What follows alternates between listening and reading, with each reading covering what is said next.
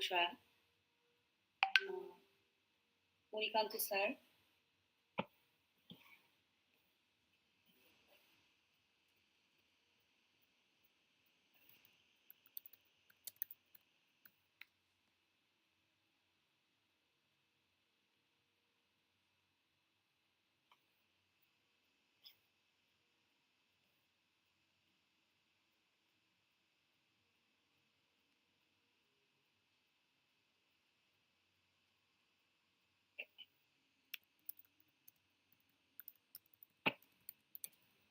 সবাইকে স্বাগতম।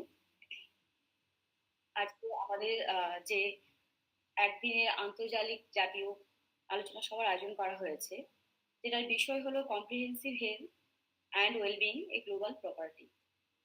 আজকে নিরিখে দাঁড়িয়ে এটা অত্যন্ত গুরুত্বপূর্ণ, কারণ 10ই অক্টোবর যেখানে স্বাস্থ্য দিবস হিসেবে অভিহিত করেছে, সেখানে শুধুমাত্র দৈহিক স্বাস্থ্য নয়, মানসিক স্বাস্থ্য এটাকে গুরুত্ব দেওয়া হয়েছে। প্রতি মুহূর্তে মানসিক স্বাস্থ্য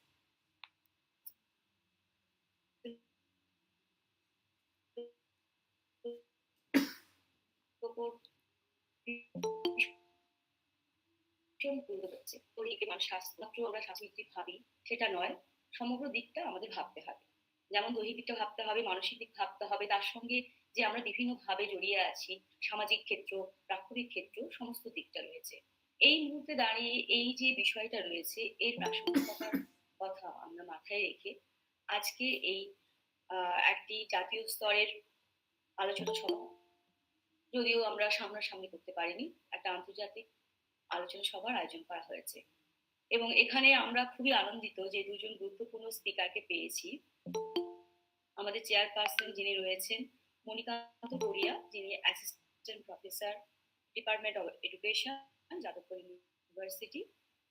এবং আরেকজন গুরুত্বপূর্ণ স্পিকার উপস্থিত রয়েছেন doctor Sreetama Mishra, assistant professor, humanities, social sciences and management department, IIT Bhubaneswar. যার জন্য আজকে আমরা এই সভাটাকে জাতীয় স্তরে উন্নীত করতে পেরেছি। দুজনকে স্বাগতম। এবং আমাদের অনারেবল প্রিন্সিপাল স্যার রয়েছেন, আমাদের অন্যান্য কলিগেরা রয়েছেন সবাই, এবং অবশ্যই আমাদের গুরুত্বপূর্ণ যারা সদস্য স্টুডেন্ট রয়েছেন, সবাইকে স্বাগতম।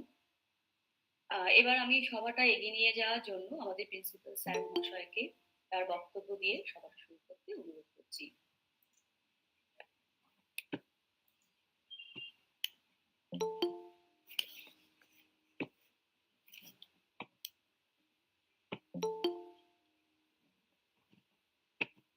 Respected chairperson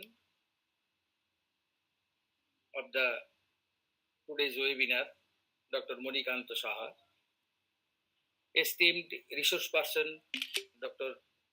Shitama Mishra, member of the IQAC, faculty members, technical associates, and our dear students. I am deeply honored to stand before you today as the principal of Moyna College, and I extend my heartfelt gratitude to all of you for your warm welcome and support. Today marks a significant moment as we gather for this webinar on comprehensive health and well-being, a global property. I am especially thankful to our distinguished chairperson, Dr. Monikanta Saha and Dr. Shitama Mishra for gracing this occasion with their valuable presence. Your expertise and commitment to education and well-being are a source of inspiration for all of us. This webinar, organized by the Moyna College Education Department in collaboration with the IQAC, underscores the importance of holistic health in the current global context. The world is witnessing unprecedented challenges, and the need for the comprehensive health and well-being has never been more crucial. As an academic institution, it is our responsibility to address the challenges and contribute to the well-being of our students and the community at large. I would like to express my gratitude to Dr. Sumit Manna, the IQAC coordinator, and Dr. Joyita Pramanik, the head of the Department of the Education Department, and other faculty members of the department for their unwavering commitment to the success of this event. Their dedication reflects the spirit of collaboration and excellence that defines Moyna College. Our technical associate, Dr. Abhijit Singh, who is the head of the Department of Mathematics of our college, deserves special mention. His expertise ensures that this webinar reaches a wide audience and contributes to the dissemination of knowledge on a global scale. To all the faculty members and students present, your participation is vital in making this event a success. Your engagement in discussions and exchange of ideas will enrich our understanding of the challenges and opportunities in promoting health and well-being. I would like to reiterate our commitment to fostering an environment that promotes not only academic excellence, but also the holistic development of each individual. Together, let us explore innovative approaches to address the global property of comprehensive health and well-being. Thank you, and I look forward to a fruitful and enlightening webinar. Thank you sir, আপনার এত সুন্দর একটা বক্তব্যের জন্য অসংখ্য ধন্যবাদ।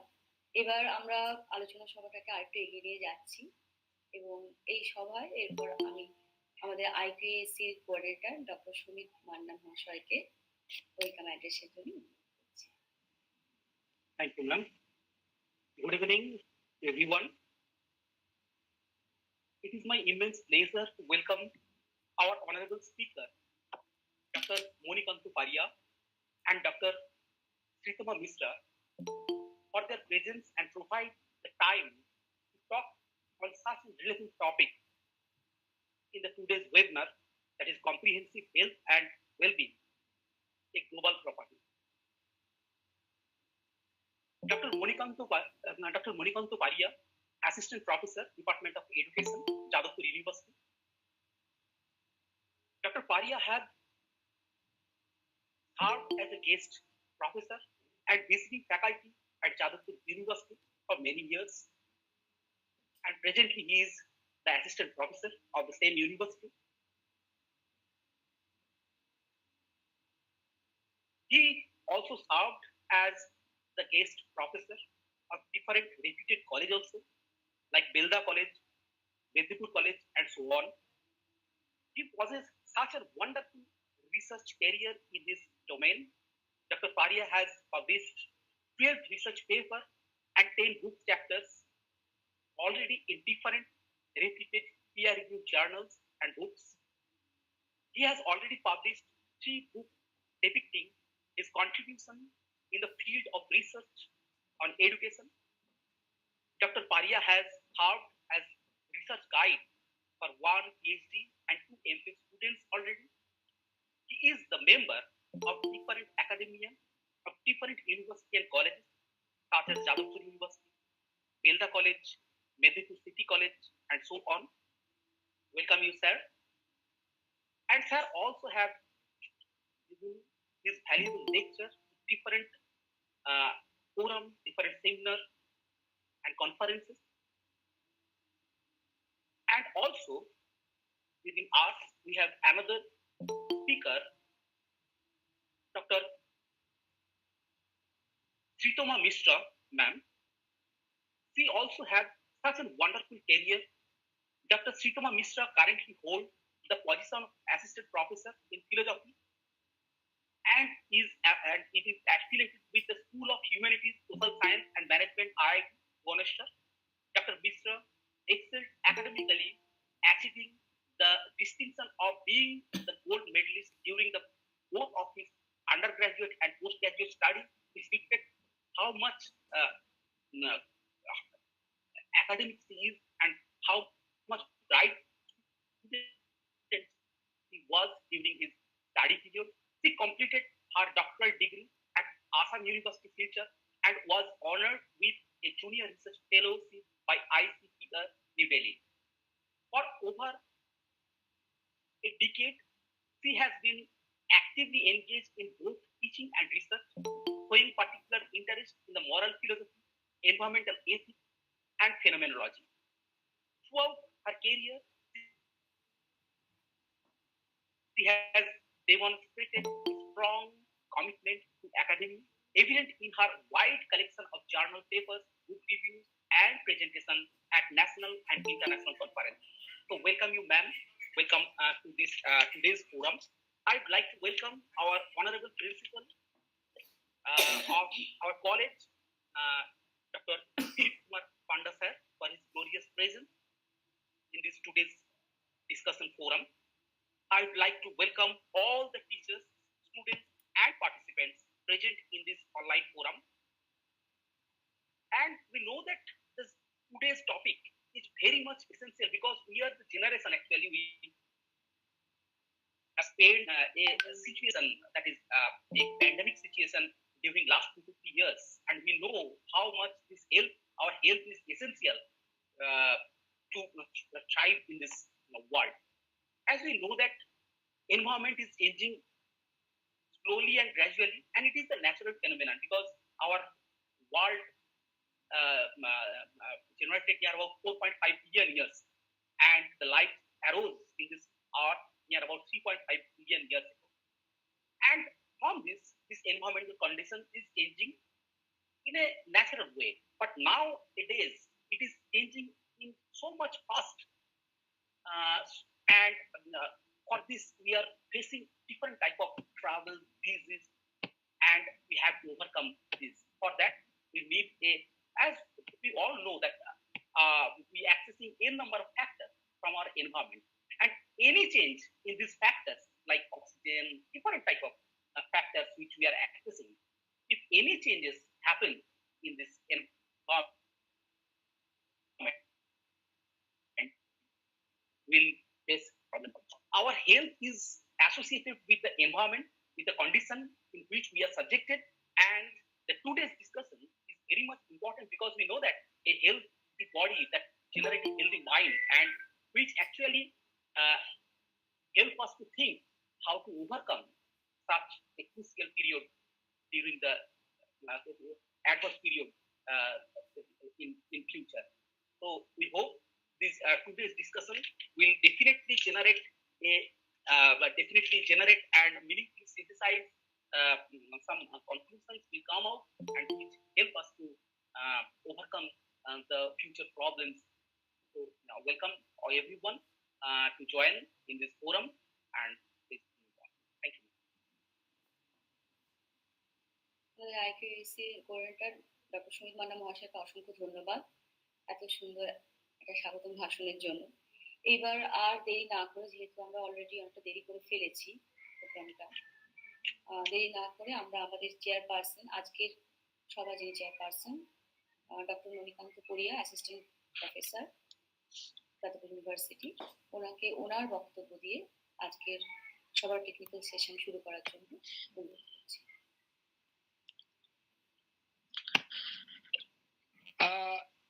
A very good evening to all of you. Thank you, Chief Patron Dr. Dilip Kumar Panda sir, Principal Moyna College. Also, thank you, Dr. Sumit Manna, IQAC Coordinator, and HOD Department of Botany, same college. Thank you so much to welcoming me, Dr. Joita Pramanik, Convener and Head of the Department of Education, Moyna College. Thank you all the dignitaries, also the Honorable Speaker, Dr. Sritoma Mishra, Assistant Professor, Humanities, Social Sciences and Management Department, IIT Bhubaneswar. And thanks all my students and all teachers to inviting me. The one-day national level webinar on comprehensive and health and well-being, a global priority, global property. তো যাই হোক, বিষয়টা হচ্ছে কিছুদিন ধরেই কথা চলছে এই ওয়েবিনারটা নিয়ে যে কি করা যায় আর কি। জয়িতা ম্যাডাম, ওদিকে সুদেশনা ম্যাডাম, এনারা বারবার বলছেন যে এই সেমিনারটাই কিন্তু আমাদের গ্রাম বাংলার ছেলে মেয়ে, তো ফলে মোটামুটি বাংলাতেই বলতে হবে আর কি। আরেকজন স্পিকার যিনি আছেন শ্রীতমা ম্যাডাম, তো উনি বারবার বলছেন খুবই মুশকিল আর কি। আমি বললাম বলতে তো হবেই, কারণ গ্রাম বাংলার ছেলে মেয়ে তো, আর বিশেষ করে আমাদের এডুকেশনের ছেলে মেয়েরা একটু গোবেচারা টাইপেরই হয়, কিন্তু যথেষ্ট ভালো। যাই হোক, তো খুব ভালো লাগছে। অনেকদিন পরে আমি যখন বেল্লা কলেজে কাজ করতাম আর কি, তখন ময়না কলেজের একদল ছাত্রছাত্রীকে আমি পেয়েছিলাম। সালটা 2016-17 হবে সেই সময়। অ্যাজ এ প্রজেক্ট ওয়ার্কের জন্য আমাদের কলেজে, বেল্লা কলেজে তখন এসেছিল। তো আমি দেখেছিলাম যে প্রত্যন্ত গ্রামের একটি কলেজ কিভাবে ছাত্রছাত্রীদের মধ্যে ডেভেলপমেন্ট ঘটিয়েছেন আর কি, প্রজেক্টের কাজকর্মের মধ্যে বহিঃপ্রকাশ হয়েছিল। এবং নিয়ার অ্যাবাউট ম্যাক্সিমাম ছাত্রছাত্রী 80% অ্যাবাভ মার্কস পেয়েছিল। তো বাই দা ওয়ে, একটু শুরু করা যাক। ডক্টর মান্না একটু আগে বলছিলেন যে আমরা ফার্স্ট 2 ইয়ার্স এগো আমরা অলরেডি একটা কোভিড সিচুয়েশন পেরিয়ে এসেছি। আমরা দেখতে পাই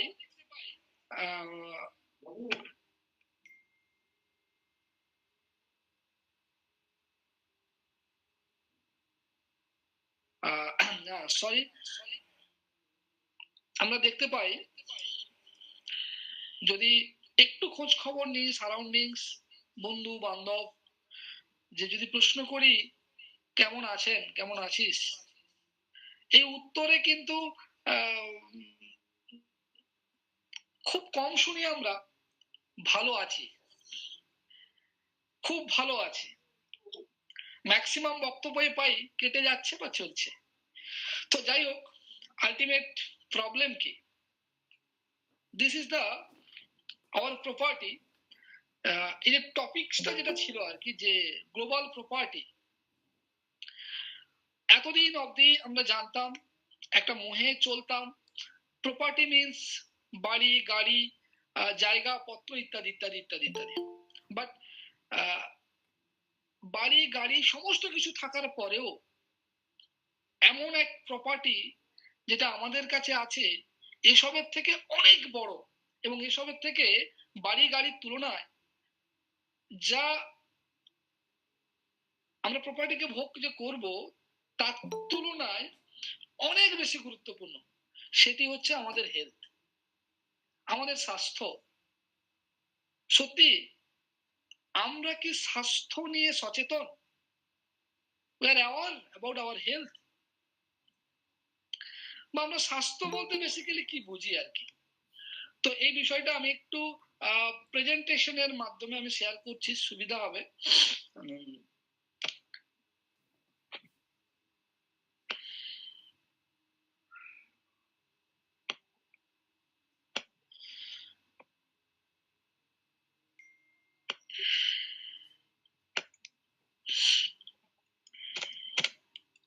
The promotion of mental health through life skills,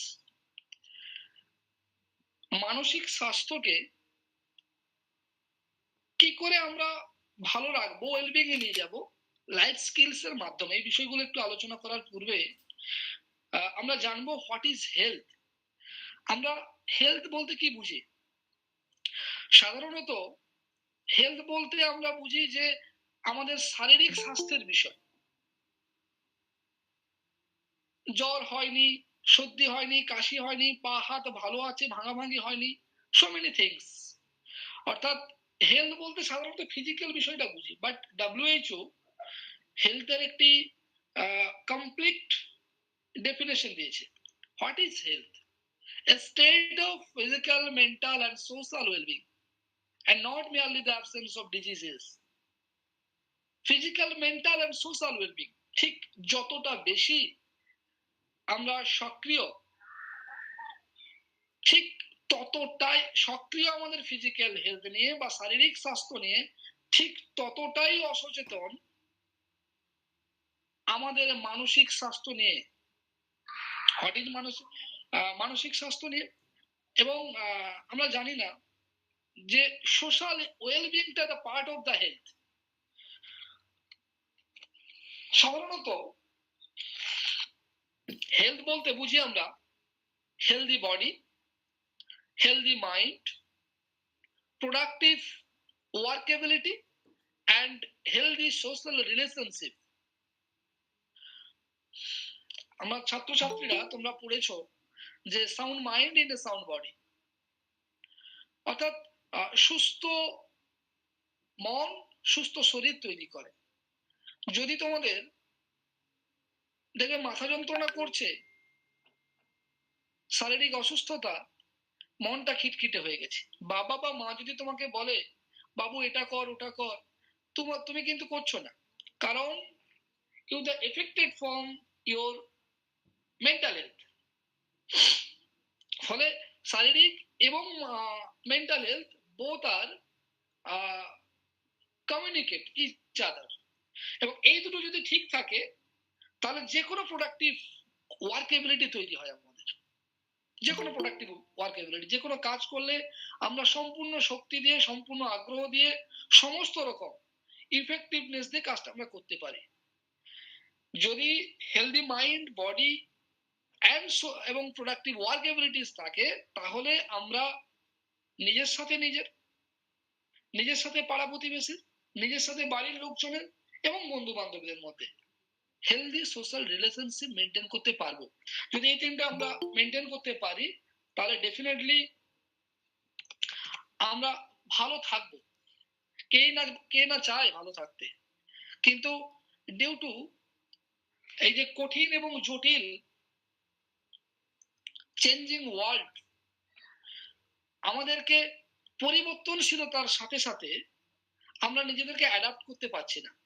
তো যাই হোক, মূল বিষয় যেটা আমি আসছি যে মেন্টাল হেলথ, একটু আগে আমি যেটা বলছিলাম যে health means physical health, mental health. What is mental health? It is an integral and essential part of our overall health. There is no health without mental health. এক কথায় আমরা মেন্টাল হেলথ বলতে কি বুঝি, যে একজন ব্যক্তি how to feel about ourselves, how to feel about others, and how we are able to meet the demands of our daily life. যে একজন ব্যক্তি কিভাবে প্রাত্যহিক জীবনের যে সমস্যাগুলোকে সমাধান করছে, চাহিদাগুলোকে পূরণ করছে, নিজের সম্পর্কে কি ভাবছে এবং অপরের সম্পর্কে কি ভাবছে, এই তিনটের মাধ্যমেই আমরা আমাদের মেন্টাল হেলথকে ওয়েলবিং এ নিয়ে যেতে পারবো আর কি। যেমন এই মেন্টাল হেলথের একটি সুন্দর শর্টকাট ডেফিনেশন আছে আর কি, যে mental health can be defined as how a person thinks, feels, acts when faced with life situation. মানে জীবনের বিভিন্ন পরিস্থিতিতে একজন ব্যক্তি, একজন শিশু, একজন শিক্ষার্থী কি ধরনের চিন্তা করছে, ফিল করছে, সেটাকে অনুভব করছে এবং সেই অনুযায়ী কাজ করছে আর কি। যাই হোক, ওয়ার্ল্ড হেলথ অর্গানাইজেশন একটি গুরুত্বপূর্ণ ডেফিনেশন দিয়েছে অ্যাবাউট দ্য মেন্টাল হেলথ, যে mental health is a state of wellbeing in which the individual realize his or her abilities, can cope with the normal stress of life, can work productively and fruitfully, and is able to make to contribution to his or her community. একজন মানুষ কিভাবে একজন ব্যক্তি কিভাবে নিজের ability গুলো সম্পর্কে, অর্থাৎ নিজের দুর্বলতা, নিজের শক্তি, নিজের ইচ্ছে, নিজের অনিচ্ছে, এই বিষয় সম্পর্কে সচেতন, এবং প্রাত্যহিক জীবনে যে জটিল সমস্যাগুলো আসছে, ছোট বড় জটিল সমস্ত রকম সমস্যাগুলোকে, সেগুলোকে কি করে ওভারকাম করছে, এবং ওভারকাম করার মাধ্যমে তার প্রাত্যহিক জীবনে যে কাজকর্মগুলো প্রোডাক্টিভলি করতে পারছে আর কি, এবং কাজকর্মগুলো কতটা আমাদের সোসাইটিতে ইম্প্যাক্ট করছে। This is the definition of mental health. How to, আমরা দেখেছি একটা বিষয় যে এই মানসিক স্বাস্থ্যের আর কি, মানসিক স্বাস্থ্যের বিভিন্ন ধরনের অসুস্থতার লক্ষণ দেখা যায়। আমরা টিভি খুললে বা এই কিছুদিন আগে আমি খড়গপুরের সালুয়া থেকে একটি ফোন গেল আমার কাছে, খুব পরিচিত একজন, একটি ছেলে ক্লাস 11-এ পড়ে। দেখা গেল ওর বাবা কাঁদতে কাঁদতে বলছে, স্যার আমার ছেলেটি আর নেই। কারণ কি? খুব সুন্দর দেখতে, লম্বা চওড়া, সুস্বাস্থ্য গঠিত, কিন্তু হঠাৎ করে দেখা গেল ছেলেটি কি ফ্যানে ঝুলে পড়েছে, সুইসাইড করেছে। মানে what is suicide? A suicidal tendency আর কি, যে টু কিল ওয়ানসেলফ, মানে সাময়িক সমস্যার স্থায়ী নেতিবাচক সমাধান। যে সাময়িক সমস্যাগুলো তৈরি হচ্ছে, যারা সুইসাইড করে তাদের মধ্যে একটা চিন্তাধারা মনের মধ্যে তৈরি হয় যে চিরস্থায়ী সমাধান হয়তো হয়ে যাবে সুইসাইডের মাধ্যমে। প্রায় দেখা যায় এটা এই 14 থেকে 29 বছর বয়সী ছেলে মেয়েদের মধ্যে এটা দেখা যায় আর কি ম্যাক্সিমাম। সুইসাইডাল টেন্ডেন্সি মানে মানসিক ভারসাম্যহীনতার ফলে প্রায় 98% সুইসাইডাল টেন্ডেন্সি এর ফলেই হয় আর কি। আর এই বিষণ্ণতা, হতাশা, বারবার ফেলিওর, এর মাধ্যমে 85% মানুষ আত্মহত্যা করে। তো যাই হোক, এই আত্মহত্যা করার পেছনে ওই ছেলেটির যে ঘটনা আমি বললাম, একটি মেয়ের সাথে রিলেশনশিপ ছিল, তো কোনো কারণে that's not a breakup, but ফোনে কথাবার্তা চলাকালীন কিছু কথাবার্তার মধ্যে ধরন পাল্টেছে, ফলে সুইসাইড করেছে। তাহলে দেখুন, প্রাত্যহিক জীবনে ছোট্ট একটা সমস্যা, আবার পরে খবর পেলাম 7-8 দিনের মাথায় ওই মেয়েটিও সুইসাইড করেছে। মানে সুইসাইডের প্রচুর কারণ রয়েছে, প্রিয়জনের মৃত্যু থেকে শুরু করে বিবাহ বিচ্ছেদ, বিভিন্ন ধরনের ভালো সম্পর্কের ভাঙন ধরছে, ধরুন গুরুতর ক্ষতি। এই এসএসসি রিক্রুটমেন্টে প্রচুর লোকজনের দেখুন চাকরি চলে যাচ্ছে, আবার কোর্টের রায়ে আসছে, এই একটা মানসিক ধাক্কা আর কি। চাকরি খোয়ানো, ধরুন কারো ব্যাংকে টাকা ছিল, আমরা দেখতে পাচ্ছি প্রচুর ফ্রড হচ্ছে, হঠাৎ করে স্ট্রেস ক্রিয়েট হলো মনের মধ্যে আর কি। তো এইভাবেই, বা কোনো কঠিন দুরারোগ্য রোগ। এখন আমরা এই নয়াগ্রামে, ঝাড়গ্রামের একটি ব্লকের একজন এফিও অফিসার, কাল রাতে কথা হচ্ছিল, অনেকে 1 মাস ধরে কথা বলতে পারছে না।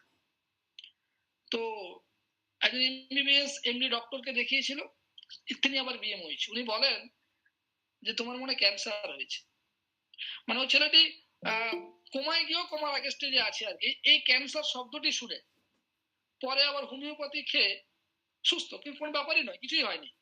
তো সেই রকমই অনেক ডাক্তারদের মিসট্রিটমেন্ট, মিসকমিউনিকেশন, মিসকমেন্টমেন্ট, এর মাধ্যমে প্রচুর মানুষ মেন্টালি ডিপ্রেসড হয়ে যাচ্ছে আর কি। বিভিন্ন ধরনের কারণ আছে, যে আশাহীনতা থেকে শুরু করে প্রচুর ড্রাগ আসক্ত হচ্ছে ছেলেমেয়েরা, বা ধরুন কোনো পরিবারের পিছিয়ে পড়া শ্রেণীর ছেলেমেয়েরা যারা একটু পিছিয়ে আছে, তাদেরকে নিয়ে বঙ্গ বিদ্রুপ বিভিন্ন ধরনের দেখা যায় আর কি।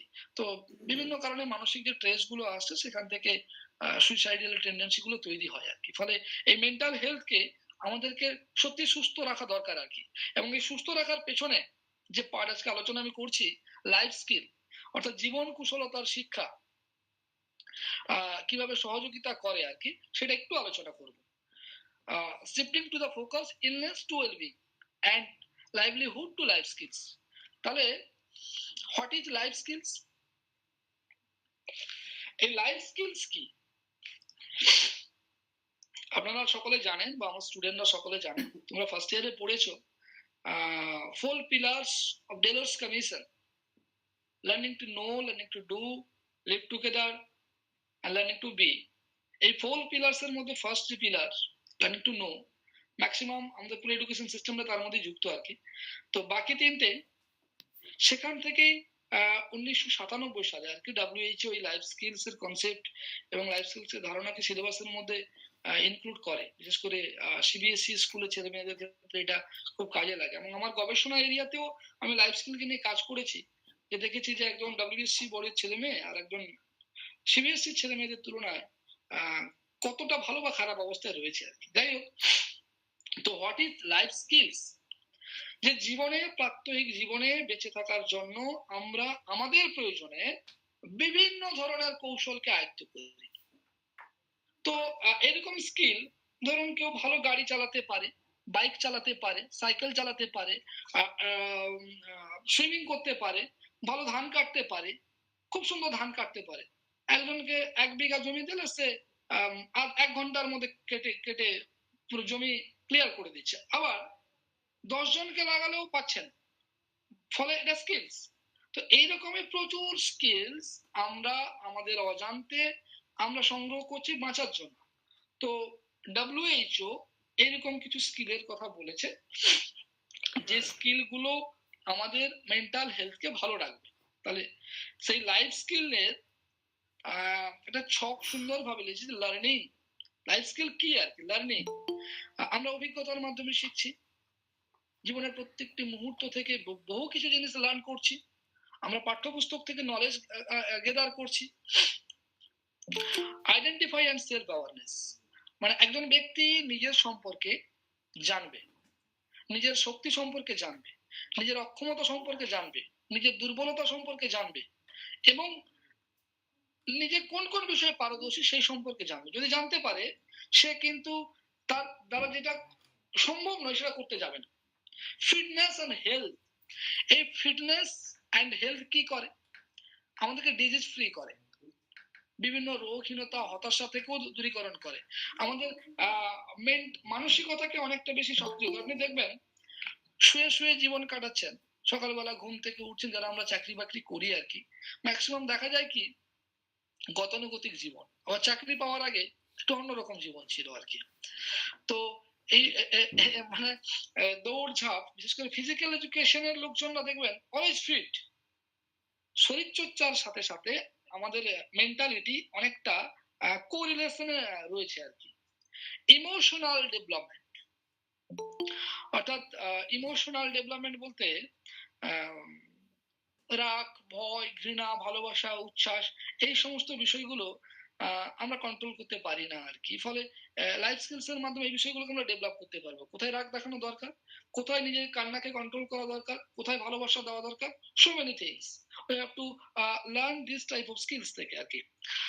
সলভিং দ্য প্রবলেম, প্রত্যেকদিন ছোট বড় মাঝারি বিভিন্ন ধরনের প্রবলেম আমরা পাই আর কি। But how to solve the problem, this type of technique we have to learn from this type of skills. তো আমরা বিভিন্ন সমস্যাগুলোকে খুব সহজে কিভাবে সমাধান করব। S for solving problem, kindness, নিজেকে বিভিন্ন দৃষ্টিভঙ্গি থেকে ক্ষমা করা।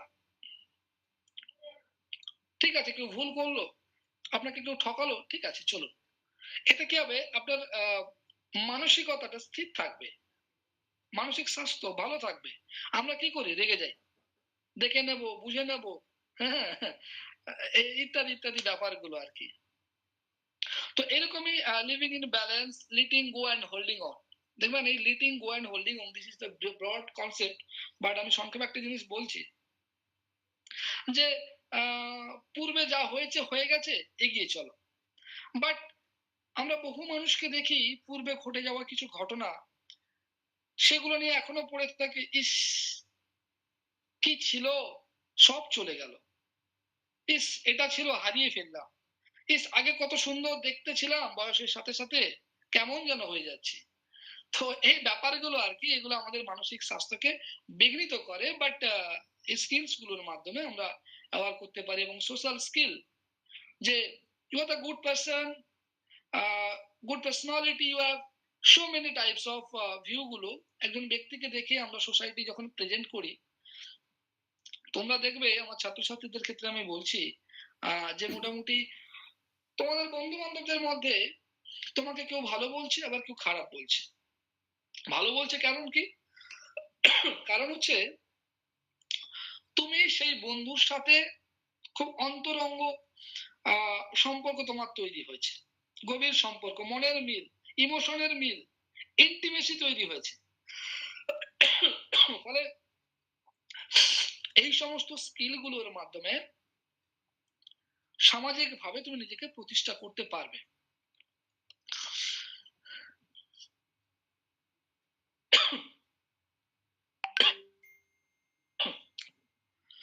তো যাই হোক, a life skill is an ability to make a difference in everyday living. আমি কয়েকটা বাচ্চার ছবি দিয়েছি, বাচ্চাগুলো কত সুন্দর খেলছে। আবার এই বাচ্চাগুলোকে যদি আমি স্কুলে ঢুকিয়ে দিই, পড়ার প্রেসারে রাখি,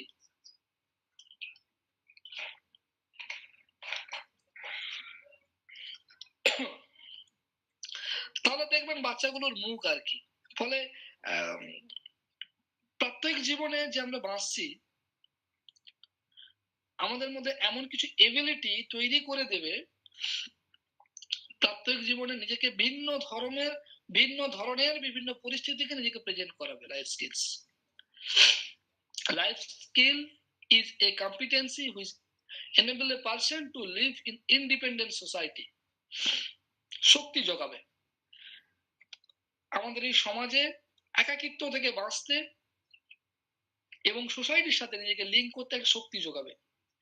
A life skill enable a person to function effectively in a changing world. আমরা কেউ জানতাম না কোভিড-19 আসবে, আমরা কেউ জানতাম না ইয়াস আসবে, ঝড় আসবে, আমরা কেউ জানতাম না আজকে current trend artificial intelligence, current trend 5G, এই যে চেঞ্জিং ওয়ার্ল্ড। তোমরা দেখবে, আমি ছাত্রছাত্রীদের ক্ষেত্রে বলছি, তোমাদের যারা ছোট ছোট ভাই বোন, তোমরা ফোনের যে ফাংশনিং জানো না, ওরা কিন্তু সেটা জেনে গেছে। ফলে মানে সারা পৃথিবী এমন ভাবে চেঞ্জ হচ্ছে, সেই চেঞ্জের সাথে তারতম্য রেখে তোমরা যদি নিজেকে পরিবর্তন না করতে পারো, তাহলে মানসিক স্বাস্থ্য বিঘ্নিত হওয়ার সম্ভাবনা থাকে। ফলে লাইফ স্কিলস এর মাধ্যমে চেঞ্জিং ওয়ার্ল্ডের সাথে নিজেকে অ্যাডজাস্ট করতে পারবে আর কি। একটা সুন্দর ছবি দিয়ে এটাকে বোঝানোর চেষ্টা করেছি।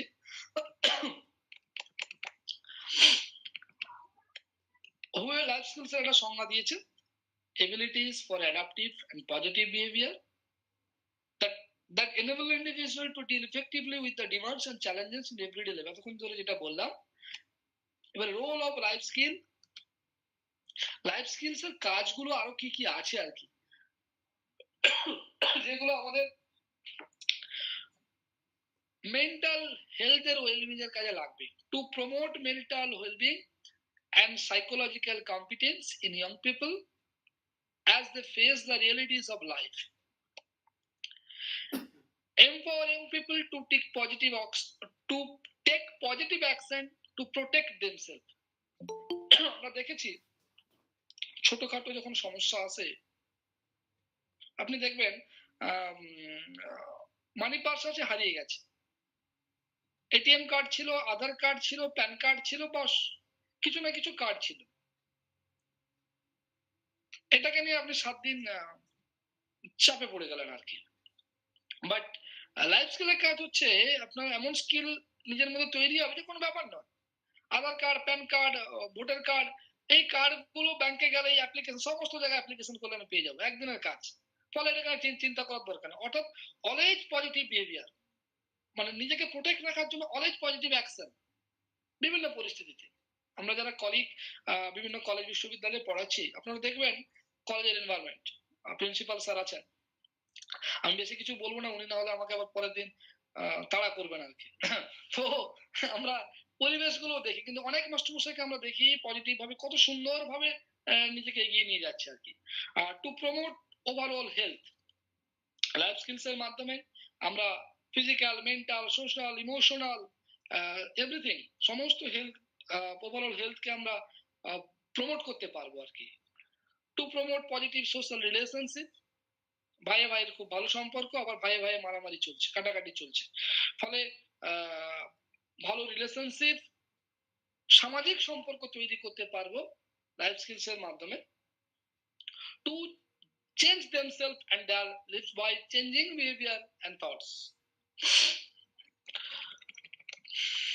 রয়েছে so many লাইফ স্কিলের রোল রয়েছে। টু নো oneself accurately, একজন মানুষ নিজেকে নিজের সম্পর্কে জানতে পারবে যদি জানতে পারে সে, তাহলে বিভিন্ন পরিস্থিতিতে নিজেকে প্রয়োজন মতো সেই জায়গাতে প্রমোট করবে, না হলে সরিয়ে নেবে। কঠিন পরিস্থিতিতে তার যেটা মনে হচ্ছে যে না, I am not interested, so সেখান থেকে সে নিজেকে সরিয়ে নেবে। আবার ইন্টারেস্টেড এরিয়া, নিজের মধ্যে ক্যাপাসিটি আছে, সে ঝাঁপিয়ে পড়বে। তো সেরকমই আমি একটা উদাহরণ বলি, অশোক দিনদা তমলুকেরই, আপনাদের ওখানকারই মানুষ আর কি। গ্রামের ছেলে গিয়ে নিজের স্পিরিট বুঝতে পেরেছিল, নিজের অবস্থান বুঝতে পেরেছিল, নিজের পজিটিভ যে জায়গা রয়েছে, ভালো বল করতে পারবে সেটা বুঝতে পেরেছিল, তাই আজকে ইন্টারন্যাশনাল টিমে, ন্যাশনাল টিমে, বাংলার টিমে খেলেছে আর কি। টু কোপ উইথ ইমোশন, আমরা আমাদের বিভিন্ন ধরনের নেগেটিভ ইমোশন গুলোকে যাতে কোপ করতে পারি থ্রু লাইফ স্কিলস, এটা একটা লাইফ স্কিলের বড় রোল রয়েছে। To be able to explore alternatives, অনেকগুলোর বিকল্পের মধ্য থেকে অল্টারনেটিভ বেছে নেওয়া। দেখবেন, তোমরা দেখবে এই পুজো গেল, তোমরা জামা কাপড় কিনতে গেছো, বাট তোমরা ডিসিশন নিতে পারছো না যে হুইচ ওয়ান তুমি একটা কিনবে, কোনটা কিনবে। পাশের বন্ধুকে জিজ্ঞেস করছো, আচ্ছা এটা এটা চলবে, এটা এটা ঠিক আছে, বন্ধু যদি বলে দেন ওকে, সেটা তুমি নিয়ে চলে গেলে, দুটোর মধ্যে একটা। বাট এটা তুমি সরাসরি সিদ্ধান্তে পৌঁছতে পারবে, বিভিন্ন অল্টারনেটিভস এর মধ্য থেকে সঠিকটাকে শনাক্তকরণ করতে পারবে আর কি। টু মেক রেশনাল ডিসিশন, যুক্তিযুক্ত ভাবে সিদ্ধান্তে পৌঁছতে পারবে, এটা খুব দরকার। আমরা শুনেছি যে জীবনে সঠিক সিদ্ধান্ত নিতে না পারার ফলে বহু মানুষের জীবন, বহু বন্ধু বান্ধবের জীবন, বহু সিনিয়র জুনিয়রের জীবন আমরা চোখের সামনে ধ্বংস হতে দেখেছি। যদি সঠিক সিদ্ধান্ত নিতে পারতো, তাহলে সঠিক জায়গায় যেতে পারতো। ফলে this is very important for us. To communicate effectively, আজকে যে যত বেশি পপুলার, তার ডিউ টু তার his or her communication, the level of communication. তো বাই দ্য ওয়ে, অনেক স্কিল, হাজার হাজার স্কিলস এর মধ্য থেকে WHO ওয়ার্ল্ড হেলথ অর্গানাইজেশন 10টি কোর স্কিলের কথা বলেছে। এই 10টি স্কিল যদি আমরা ট্রেনিং এর মাধ্যমে আমরা অ্যাওয়ার করতে পারি, তাহলে আমরা আমাদের mental health, through out our health, অর্থাৎ অলরাউন্ড হেলথকে আমরা ভালো রাখতে পারবো। এই 10টা স্কিল কি কি?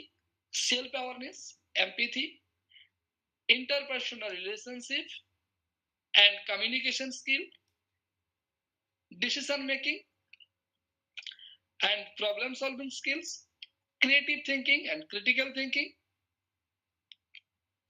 coping with emotion and coping with stress. Self, হ্যাঁ কিছু বলছেন? Any problem? No sir, please go. No, sir. Okay.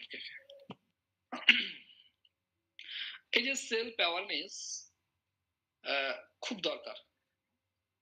যদি একজন শিশু, একজন শিক্ষার্থী নিজের সম্পর্কে অ্যাওয়ার হয়, তাহলে বিভিন্ন পরিস্থিতিতে সে নিজেকে খুব সুন্দরভাবে মানিয়ে নিতে পারে।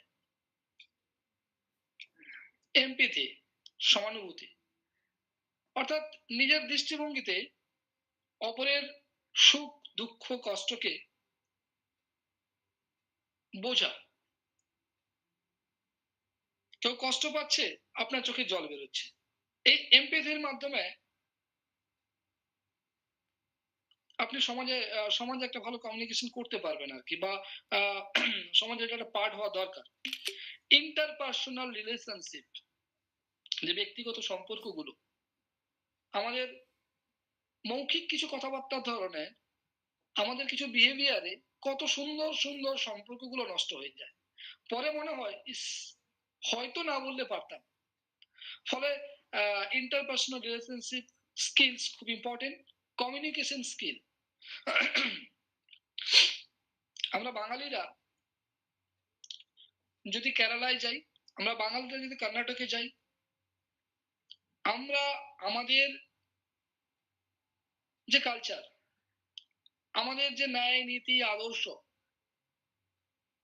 আমরা কিন্তু এমন ভাবে শেয়ার করি, হয় ভালো সম্পর্ক হয়ে যায় অথবা নাও আবার হয় না, আপনাকে ইগনোর করে।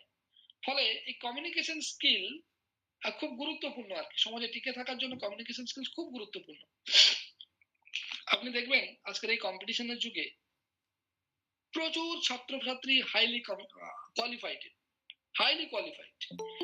But due to lack of the communication skill সে ইন্টারভিউ বোর্ড ভালো প্রেজেন্ট করতে পারছে না, সে ভালো মাস্টারমশাইয়ের সংস্পর্শে আসতে পারছে না। ফলে এই কমিউনিকেশন স্কিলটা খুব দরকার। মেরিটস প্লাস কমিউনিকেশন, এটা হয়তো শুনতে খারাপ লাগবে, বাট জেনুইন। ডিসিশন মেকিং মানে অনেকগুলো সিদ্ধান্তের মধ্য থেকে সঠিক সিদ্ধান্তকে নেওয়া, বা অনেকগুলো অপশনের মধ্য থেকে সঠিক সিদ্ধান্ত নেওয়া খুবই দরকার। প্রবলেম সলভিং, ছোট বড় সমস্যাগুলোকে যদি সমস্যা মনে না করে আপনার দক্ষতার মাধ্যমে আপনি সেগুলোকে যদি বাইপাস করতে থাকেন, তাহলে দেখবেন আপনার মানসিক স্বাস্থ্য খুব ভালো থাকবে আর কি। Creative thinking and critical thinking. Creative thinking কি? নতুন নতুন চিন্তাধারা, নতুন নতুন চিন্তা ভাবনা, যা আমাদের সমাজ এবং সোসাইটিকে প্রভাব বিস্তার করবে এবং সোসাইটিকে অনেক কিছু আমাদের দ্বারা, ধরুন কিছুদিন আগে চাঁদে যে অভিযান হলো আর কি, তো ক্রিয়েটিভ থিঙ্কিং একটা পার্ট। ক্রিটিক্যাল থিঙ্কিং সাধারণত বিভিন্ন যুক্তির মাধ্যমে, বিভিন্ন তর্কের মাধ্যমে যখন আমরা কোনো সিদ্ধান্তে পৌঁছই, সেই সিদ্ধান্ত কিন্তু the part of the critical thinking। ফলে যুক্তিপূর্ণ সিদ্ধান্ত নেওয়া part of the critical thinking। coping with emotion and coping with stress, ছোট বড় মাঝারি প্রচুর স্ট্রেস। তোমরা বাড়িতে আছো, বাবা বললো ঠিক আছে কলেজে এবারে ভর্তি হতে হবে না, ঠিক আছে এবারে ভর্তি 3 দিন পর হবে। তোমার সেদিকে দেখা যাচ্ছে লাস্ট ডেট চলে যাচ্ছে, দেখা যাচ্ছে কোনো বন্ধু তুমি সাইকেলে করে এসেছিল, তোমাকে ডবল নিয়ে আসছে না, তোকে হেঁটে হেঁটে আসতে হচ্ছে, তোমার মধ্যে স্ট্রেস ক্রিয়েট হচ্ছে।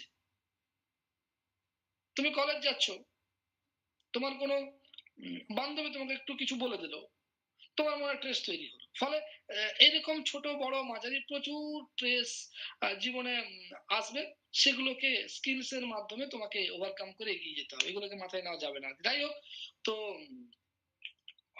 the life skills লাস্টে আমি বলি, the life skills transform knowledge, attitude and values into the actual ability what to do and how to do. Thank you.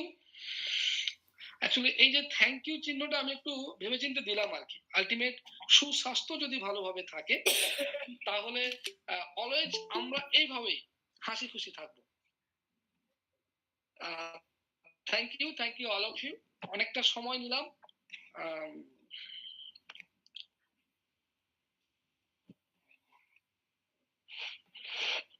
Interactive session, যদি কারো কিছু কোশ্চেন থাকে তো জিজ্ঞেস করতে পারেন। আমার মনে হয় অনেকটা সময় নাও হয়ে গেল, তাই তো শীতমা ম্যাডাম?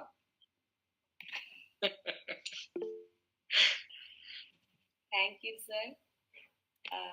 কারো কিছু প্রশ্ন থাকলে স্যারকে জিজ্ঞেস করতে পারেন।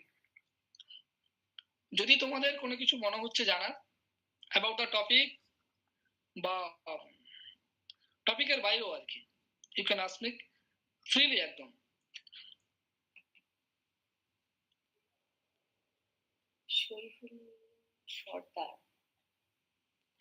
Sharifullah Sardar, PhD research scholar জালপ ইউনিভার্সিটি, আমার স্কলার আর কি। আচ্ছা আচ্ছা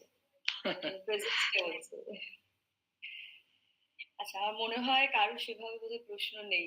আমাদের স্টুডেন্টরা শুনতেই ভালোবাসে, প্রশ্ন সেভাবে করে না। আমি তো শুনছি যে আপনাদের যুদ্ধকালীন তৎপরতার মাধ্যমে ওয়েবিনার আর সেমিনার চলছে।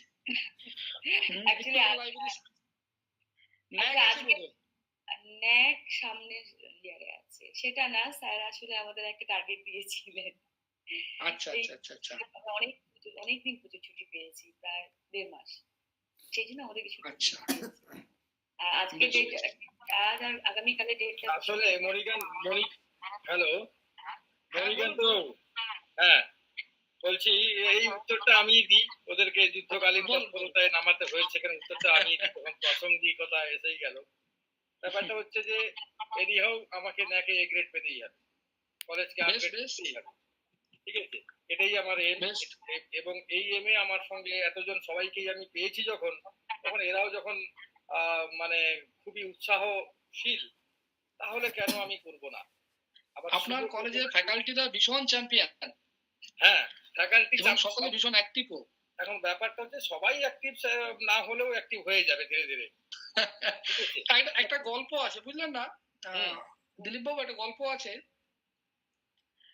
যে রাজার সামনে একজন প্রজা বলছেন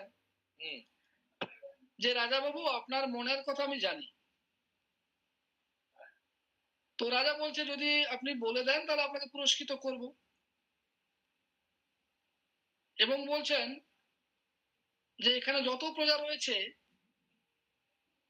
যেটা ভাবছে আর কি, সেটা আমি বলে দিতে পারবো।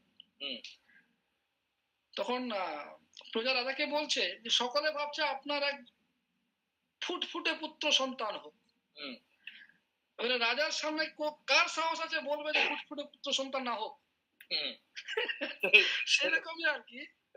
সেটা যেমন এটা ঠিকই, যেমন কিন্তু আমার কলেজের সমস্ত স্টাফেরাই আমি তাদেরকে সাহস দিয়েছি, যে কোনো রকমের কথা সে মানে ভালো লাগুক, সত্য হোক অসত্য হোক, যাই হোক না কেন, আমাকে বলার প্রয়োজন হলে কাম তুমি ডাইরেক্ট, নো প্রবলেম। খুব ভালো, কারণ এটার সঙ্গে সবার সঙ্গেই আমার বন্ধুত্বের সম্বন্ধ একেবারে, সুইপার থেকে আরম্ভ করে অ্যাসোসিয়েট প্রফেসর পর্যন্ত সবার সঙ্গে আমার বন্ধুত্বের সম্বন্ধ। আর সেই কারণে এদেরকে সবাইকে নিয়ে চলতেও পারছি। যাই হোক, শ্রীতমা ম্যাডাম ওয়েট করছেন, অনেকক্ষণ ভালো তাহলে ম্যাডামের বক্তব্য আমরা শুনবো, বুঝতেই পারছি। স্যার, মণিকান্ত বাবুর কাছে একটা কোশ্চেন আছে, আপনারই বলার দিয়েছেন যে difference between mental health and hygiene. হ্যাঁ, এটা কি বলছি? আচ্ছা, না, মণিকান্ত স্যারের কাছে একজন স্টুডেন্ট একটা প্রশ্ন করেছে। হ্যাঁ, মাধবী বর্মন, আচ্ছা, difference between mental health and hygiene. Actually মানসিক স্বাস্থ্য আর স্বাস্থ্য বিজ্ঞান, স্বাস্থ্য বিজ্ঞানের পার্ট হচ্ছে মানসিক স্বাস্থ্য।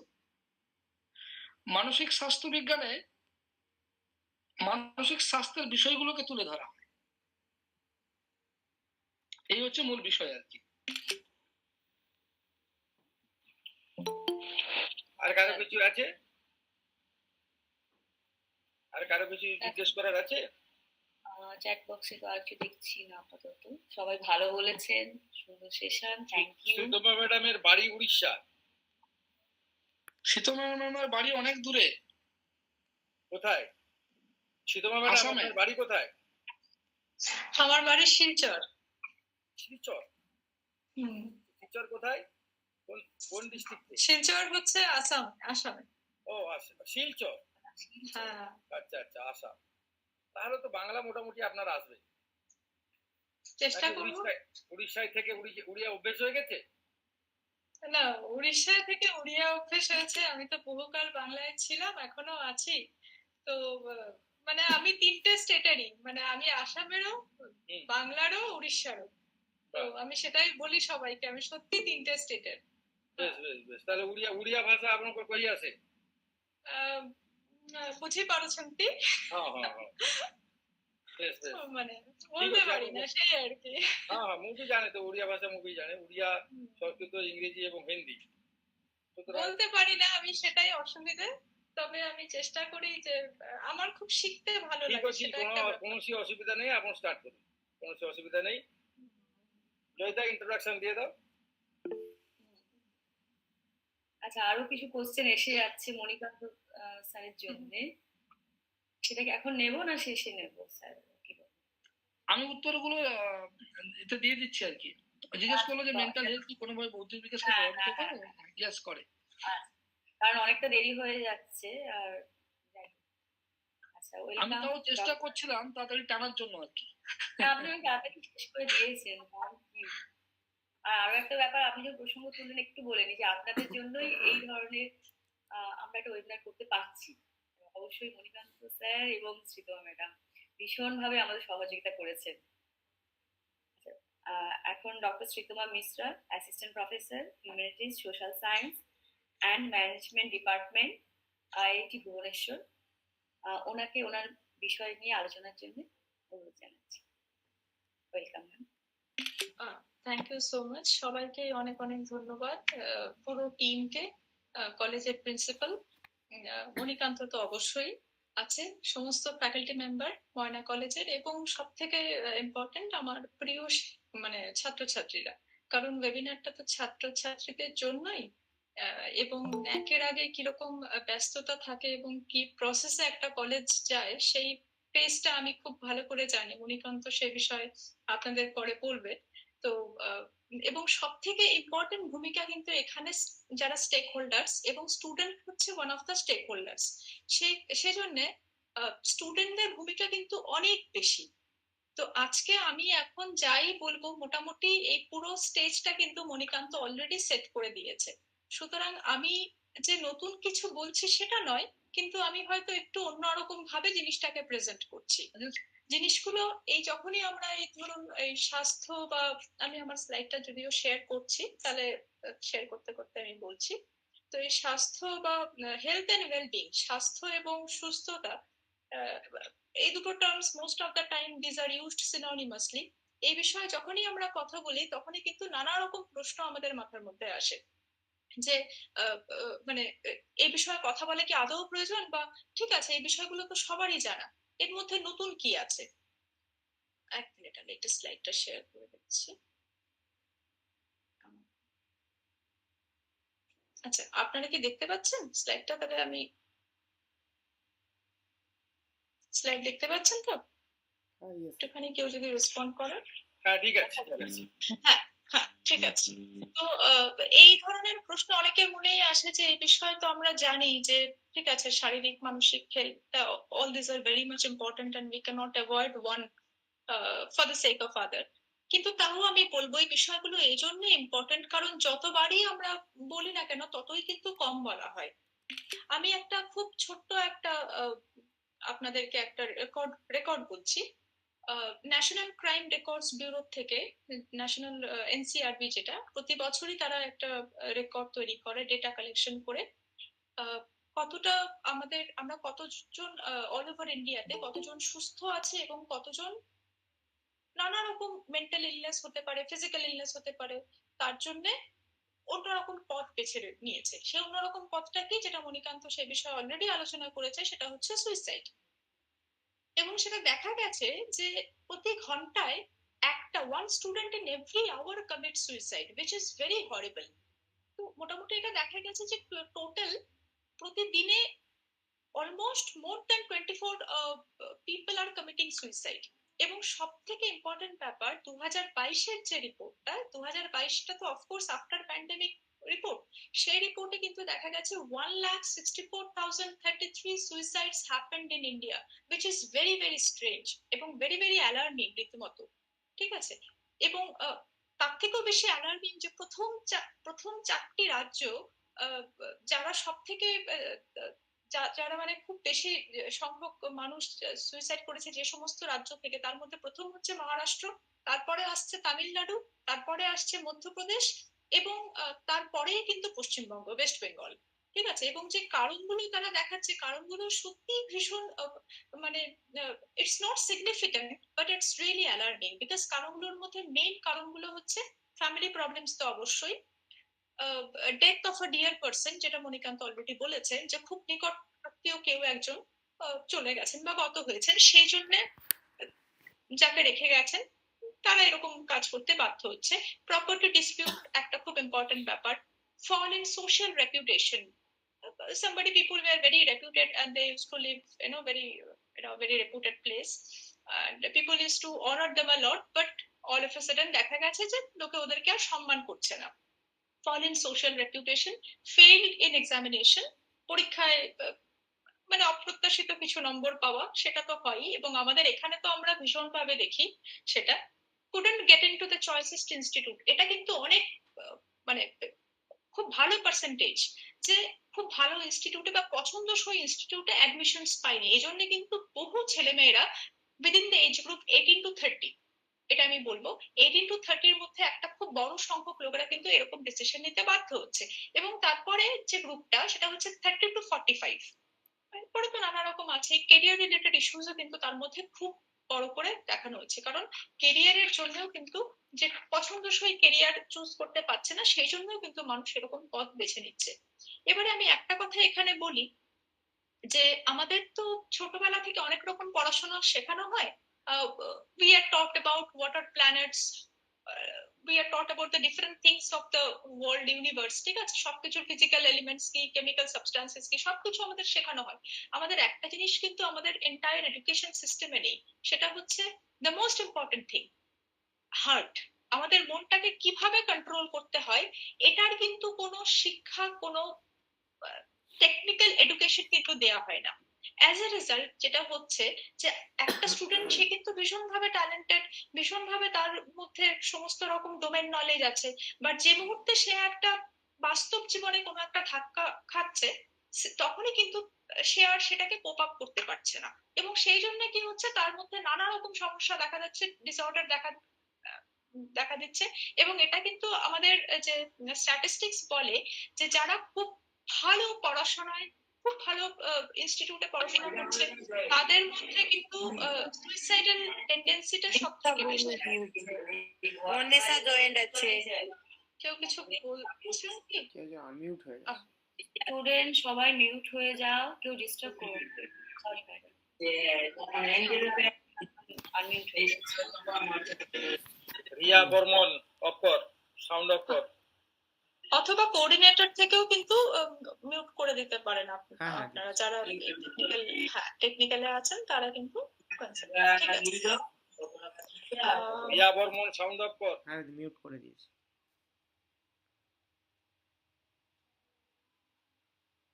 হ্যাঁ, তো সেটাই বলছিলাম, আমাদের প্রথাগত শিক্ষাতে কিন্তু কোথাও আমাদের how to control hour emotions এটা কিন্তু শেখানো হয় না। আমাদের শুধু এটা প্রথাগত শিক্ষায় শেখানো হয় না সেটা তো ঠিকই, তার সঙ্গেও আরেকটা খুব গুরুত্বপূর্ণ বিষয় আমি বলবো, আমাদের কিন্তু মানে এখনকার দিনে হয়তো সেটা শেখানো হয়, এখনকার দিনে তো প্যারেন্টিং এর উপরে অনেক রকম কোর্স করে, মা বাবারা সেটা কোর্স অ্যাটেন্ড করছে, কিন্তু বহুকাল ধরে কিন্তু এটা বাড়িতেও কিন্তু কখনো এই বিষয়ে আলোচনা হয় না যে কখনো how to cope up with emotional stress.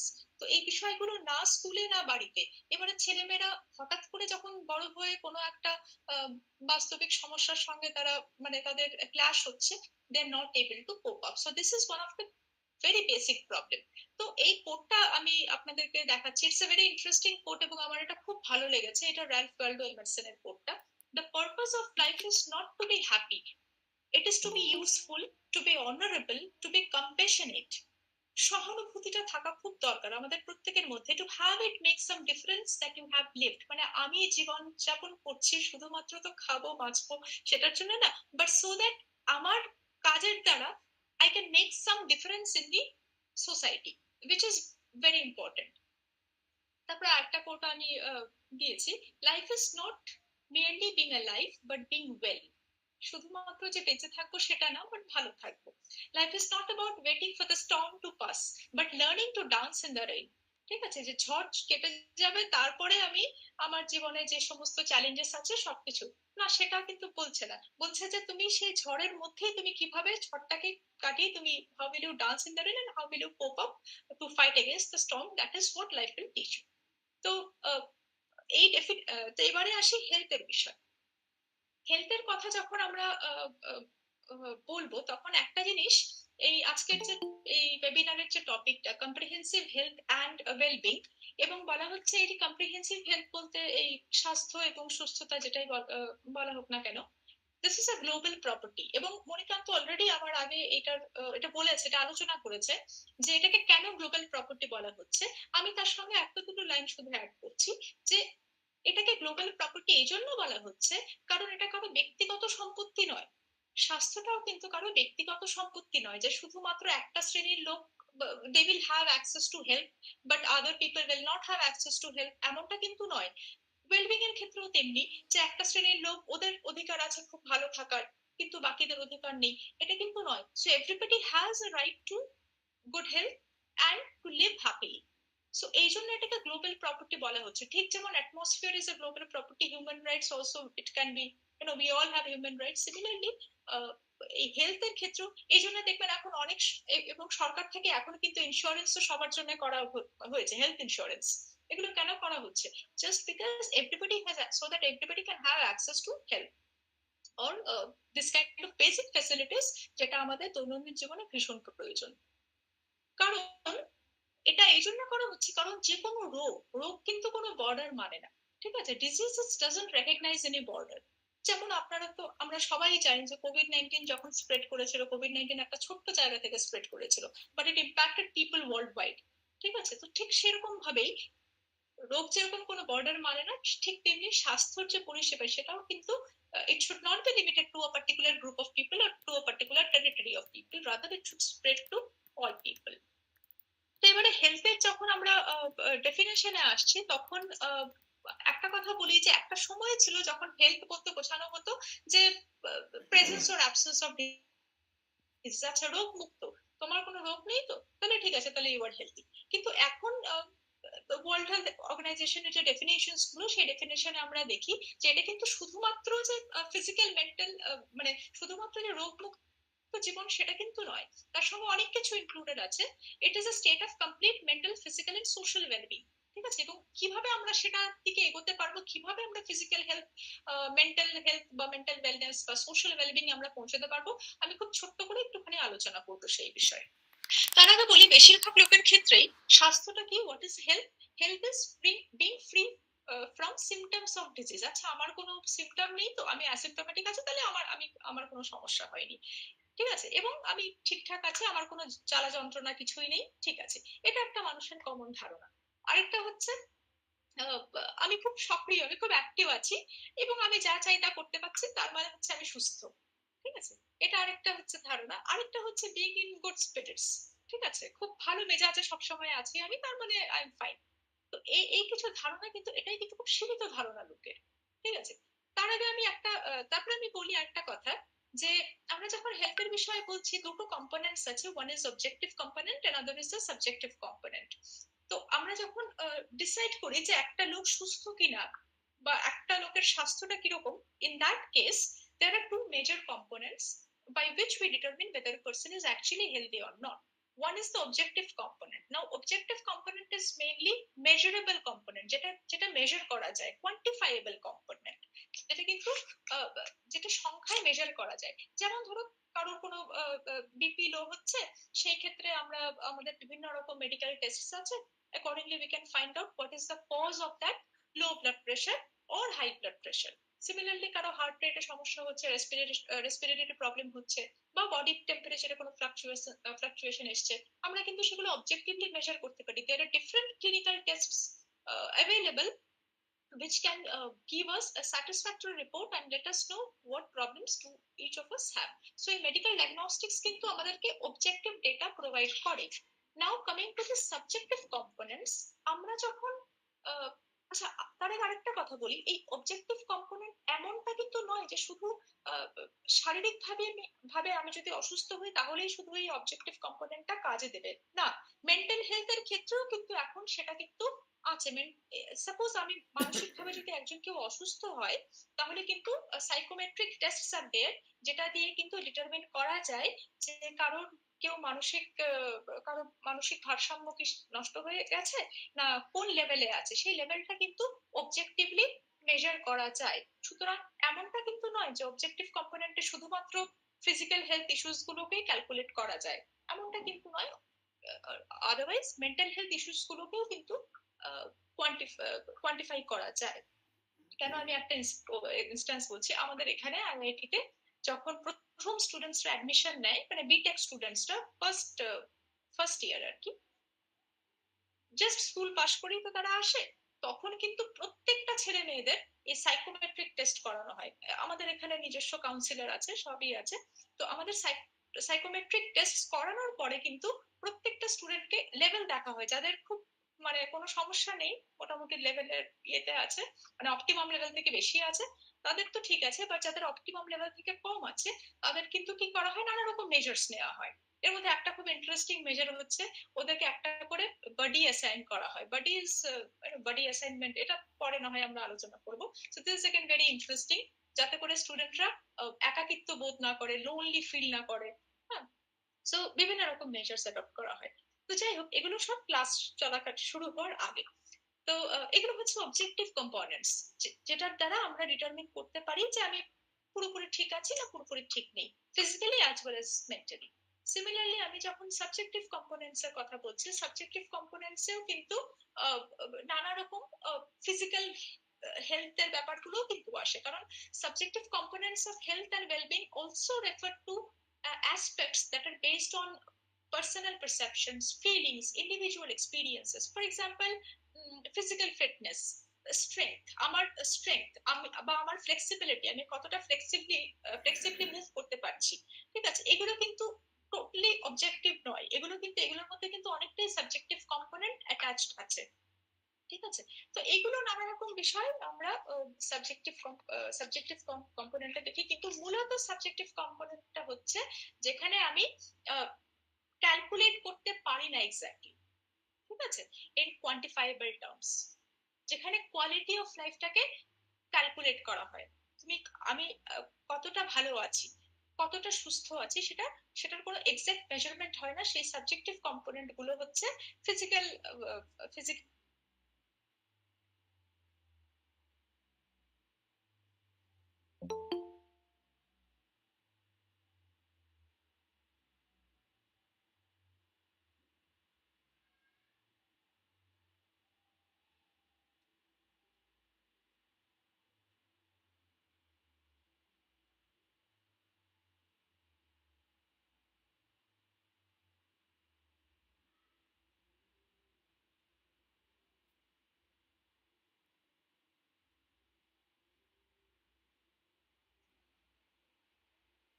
Network disturb madam. হ্যাঁ হ্যাঁ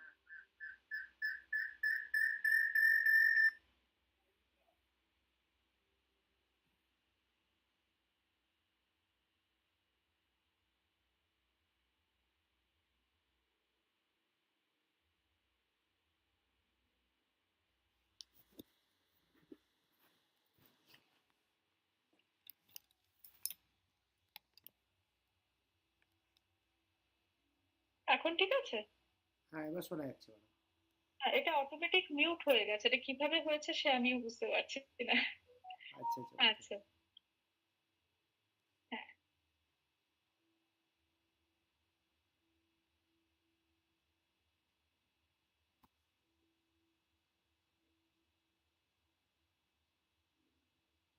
আচ্ছা, এখানে একটা কিছু সমস্যা হচ্ছে, হয়তো আমি আরেকবার ঢুকছি, একটা মিনিট কিছু একটা।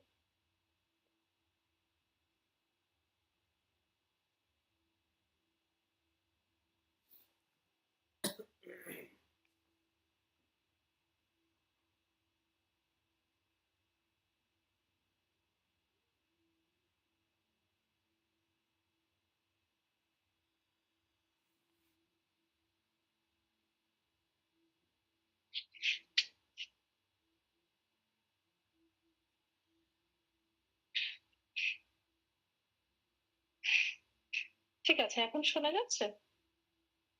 হ্যাঁ ম্যাডাম শোনা যাচ্ছে। হ্যাঁ ঠিক আছে। হ্যাঁ, ঠিক আছে। এবারে এখানটায় দেখুন, এখানে আমরা একটা বলছি যে ওয়েলনেস, বা যেটা ভালো ওয়েলনেসের একটা একটা লেভেল এখানে বোঝানোর চেষ্টা করা হয়েছে, যেখানে ওয়েলনেসটা হচ্ছে একটা ধারাবাহিকতা, মানে যেটা continuum from optimum level to a maladaptive state, মানে আমরা খুব ভালো আছি কিন্তু এই স্টেটে হব when we will realize or when we will exercise our highest health potentials, ঠিক আছে। এটা হচ্ছে আমাদের অপটিমাম লেভেল, এবং তার নিচে যত আমরা যাচ্ছি সেটা হচ্ছে আমাদের ম্যাল অ্যাডাপটিভ স্টেট, বা সেটা অসুস্থতা, বা যেটা অ্যাকচুয়ালি হচ্ছে ইলনেস। এবারে আসছে ফিজিক্যাল হেলথ এবং ওয়েলনেসের বিষয়ে একটু কথা বলি। এবারে ফিজিক্যাল হেলথের বিষয়ে যখন আমরা কথা বলছি তখন আমরা তো সবাই জানি যে শারীরিকভাবে আমাদের সুস্থ থাকা দরকার, ঠিক আছে? কিন্তু এখানে শারীরিক সুস্থতার সঙ্গে কিন্তু অনেকগুলো জিনিস ইম্পর্টেন্ট। এবারে শারীরিক সুস্থতা বলতে কি বোঝানো হচ্ছে? অফকোর্স মানে proper nutritional diet is very important, এটা তো আমরা সবাই জানি, কিন্তু এখানে আরেকটা জিনিস আছে, সেটা হচ্ছে balance diet, portion control of course. কারণ আমরা অনেক কিছুই খাচ্ছি, কিন্তু আমাদের সঠিক পরিমাণে কি আমরা খাচ্ছি? যদি না খাই তাহলে কিন্তু আমাদের ইমোশনাল হেলথে কিন্তু বা মেন্টাল হেলথে সেটা কিন্তু এফেক্ট করবে। সেটা কিন্তু ভীষণভাবে ইম্পর্টেন্ট, ঠিক আছে? আমরা ধরুন, যেটা আমাদের বাঙালিদের হয়, মানে আমারও সেটা হয় আর কি, আমরা প্রচুর পরিমাণে আমরা ভাত খাচ্ছি কিন্তু আমরা সবজিটা খুব কম খাই, বা পরিমাণ মতো মিনারেলস কি যাচ্ছে কিনা বডিতে বা ভাইটামিনস যাচ্ছে ঠিক কিনা সেটা কিন্তু আমরা কখনো, একটা যখন আমরা মিল খাচ্ছি আমরা কিন্তু সেটা উইথ প্রপার অ্যাটেনশন আমরা কিন্তু সেটা কোনোভাবেই খুব একটা ইম্পর্টেন্স দিই না। কিন্তু সেটা কিন্তু ভীষণ ইম্পর্টেন্ট, কারণ সেটা যদি না হয় তাহলে কিন্তু আমার মেন্টাল হেলথে সেটা এফেক্ট করবে। আপনি দেখবেন, আপনি নিজেই একদিন এক্সপেরিমেন্ট করে দেখবেন, বা ছেলে মেয়েদেরকেও বলছি তোমরাও এক্সপেরিমেন্ট করে দেখো, একটা প্রপার নিউট্রিশনাল ডায়েট একদিন খেয়ে দেখো, you will feel more relaxed. I am sure you will feel more relaxed. আর এমনি উইদাউট নিউট্রিশন একটা খাবার খেয়ে দেখো, ডিফারেন্স কিন্তু বোঝা যায় যদি আমরা বুঝতে চাই অফকোর্স। সেটা এক নম্বর। এবং যেটা খুব ইম্পর্টেন্ট সেটা হচ্ছে মাইন্ডফুল ইটিং। এবারে আমাকে অনেকে বলবে যে এই মাইন্ডফুলনেস বা খুব মনোযোগ দিয়ে খাওয়া, এটা তো মেন্টাল স্টেট, এটা ফিজিক্যালি আমি কেন বলছি? এটা আমি ফিজিক্যালি এই জন্য বলছি কারণ মাইন্ডফুল ইটিংটা কিন্তু শুধুমাত্র মেন্টাল স্টেট এটা কিন্তু নয়। মাইন্ডফুল ইটিং এ কি হচ্ছে, I have to control all my senses, six senses, পাঁচটা আমার five senses as well as the six sense. So my six senses are getting controlled and I am completely concentrating on the food that I am having. So there is an intimate relationship between the food that I am having and my inner self.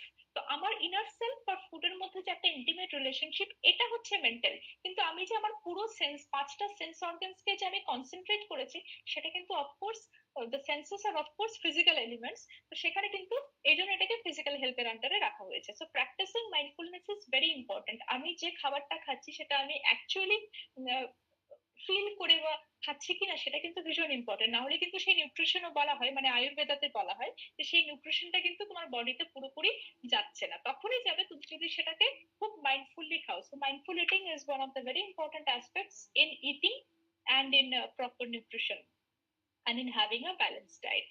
এবং তিন নম্বর যেটা হচ্ছে slip, ঘুমটা। এটা খুব শুনতে সাধারণ মনে হয়, বাট সত্যি এটা খুব সাধারণ না, কারণ ঘুমটা এতটাই জরুরি যে যদি কারোর একটা স্ট্রেচ 8 আওয়ার স্লিপ না হয়, মানে আমি বলছি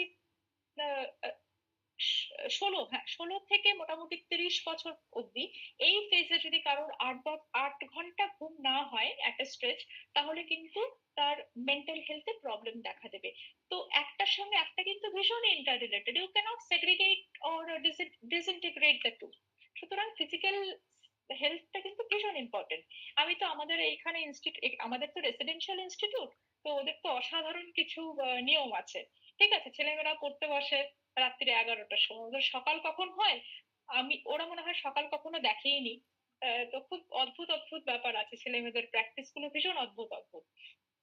তো সত্যি সেটা খুব সমস্যাকর। আমরা কিন্তু, এবং আমি নিজেও কিন্তু সেটা বলি যে এটা কিন্তু একটা সময়ের পরে গিয়ে it will really effect on their emotional state.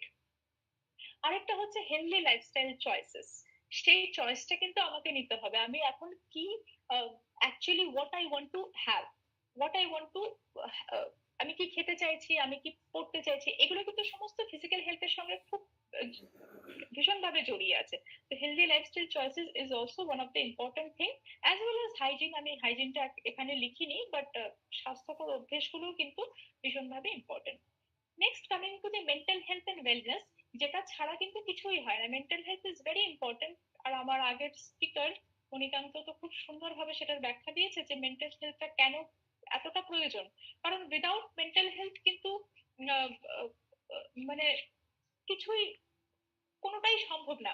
Physical হেলথটাকে support করছে মেন্টাল হেলথ, এবং মেন্টাল হেলথটাকে কমপ্লিমেন্টারিলি কিন্তু অ্যাসিস্ট্যান্স প্রোভাইড করছে ফিজিক্যাল হেলথ। সো বোথ আর ভেরি মাচ ইন্টার রিলেটেড।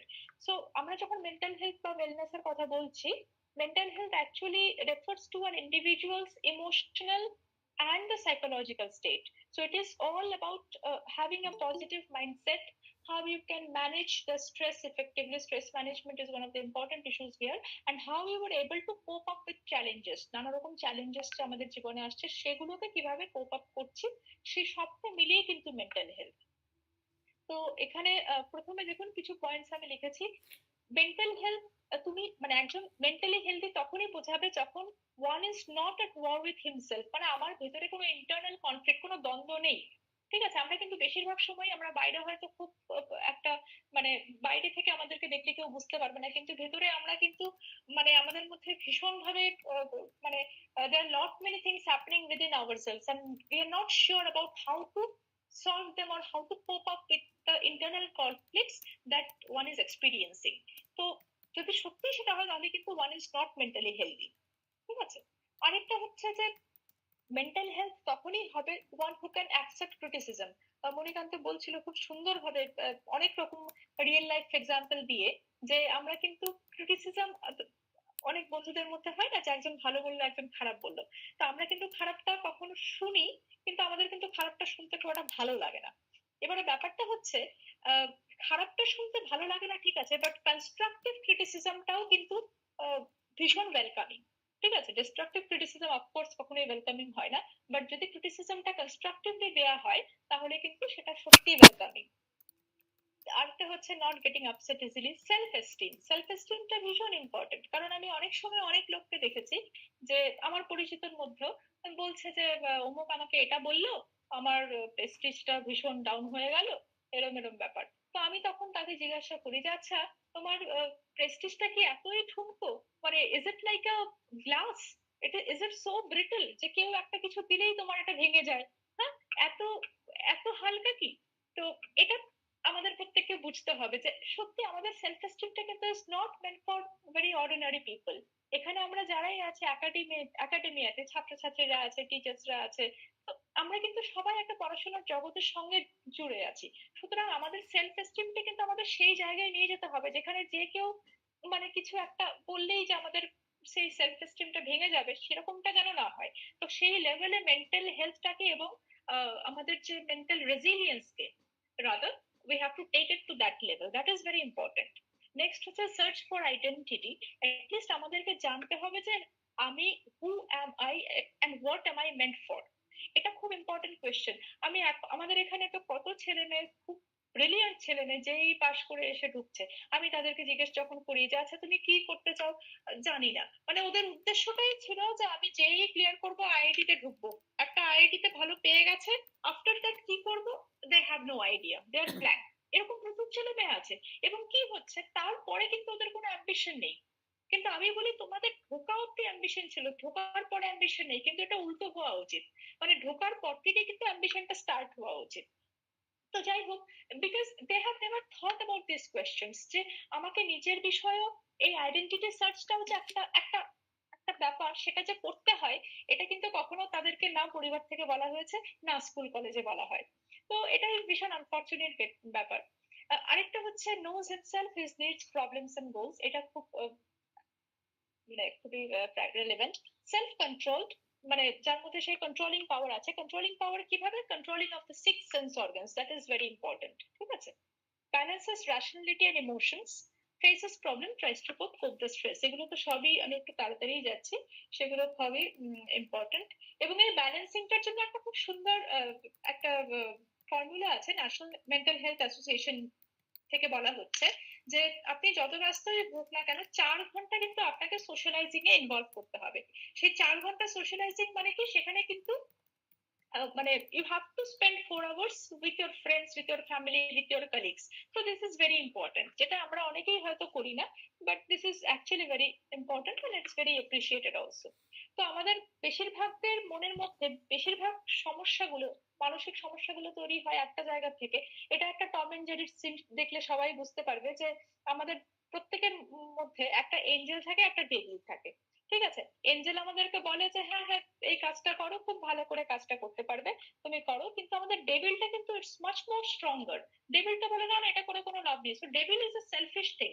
ঠিক আছে, তো আমাদের পার্সোনালিটিটাকে আমাদের এই জায়গায় নিয়ে যেতে হবে যেখানে at least we are able two give importance to the angel's decision over the devil's decision. So which is why this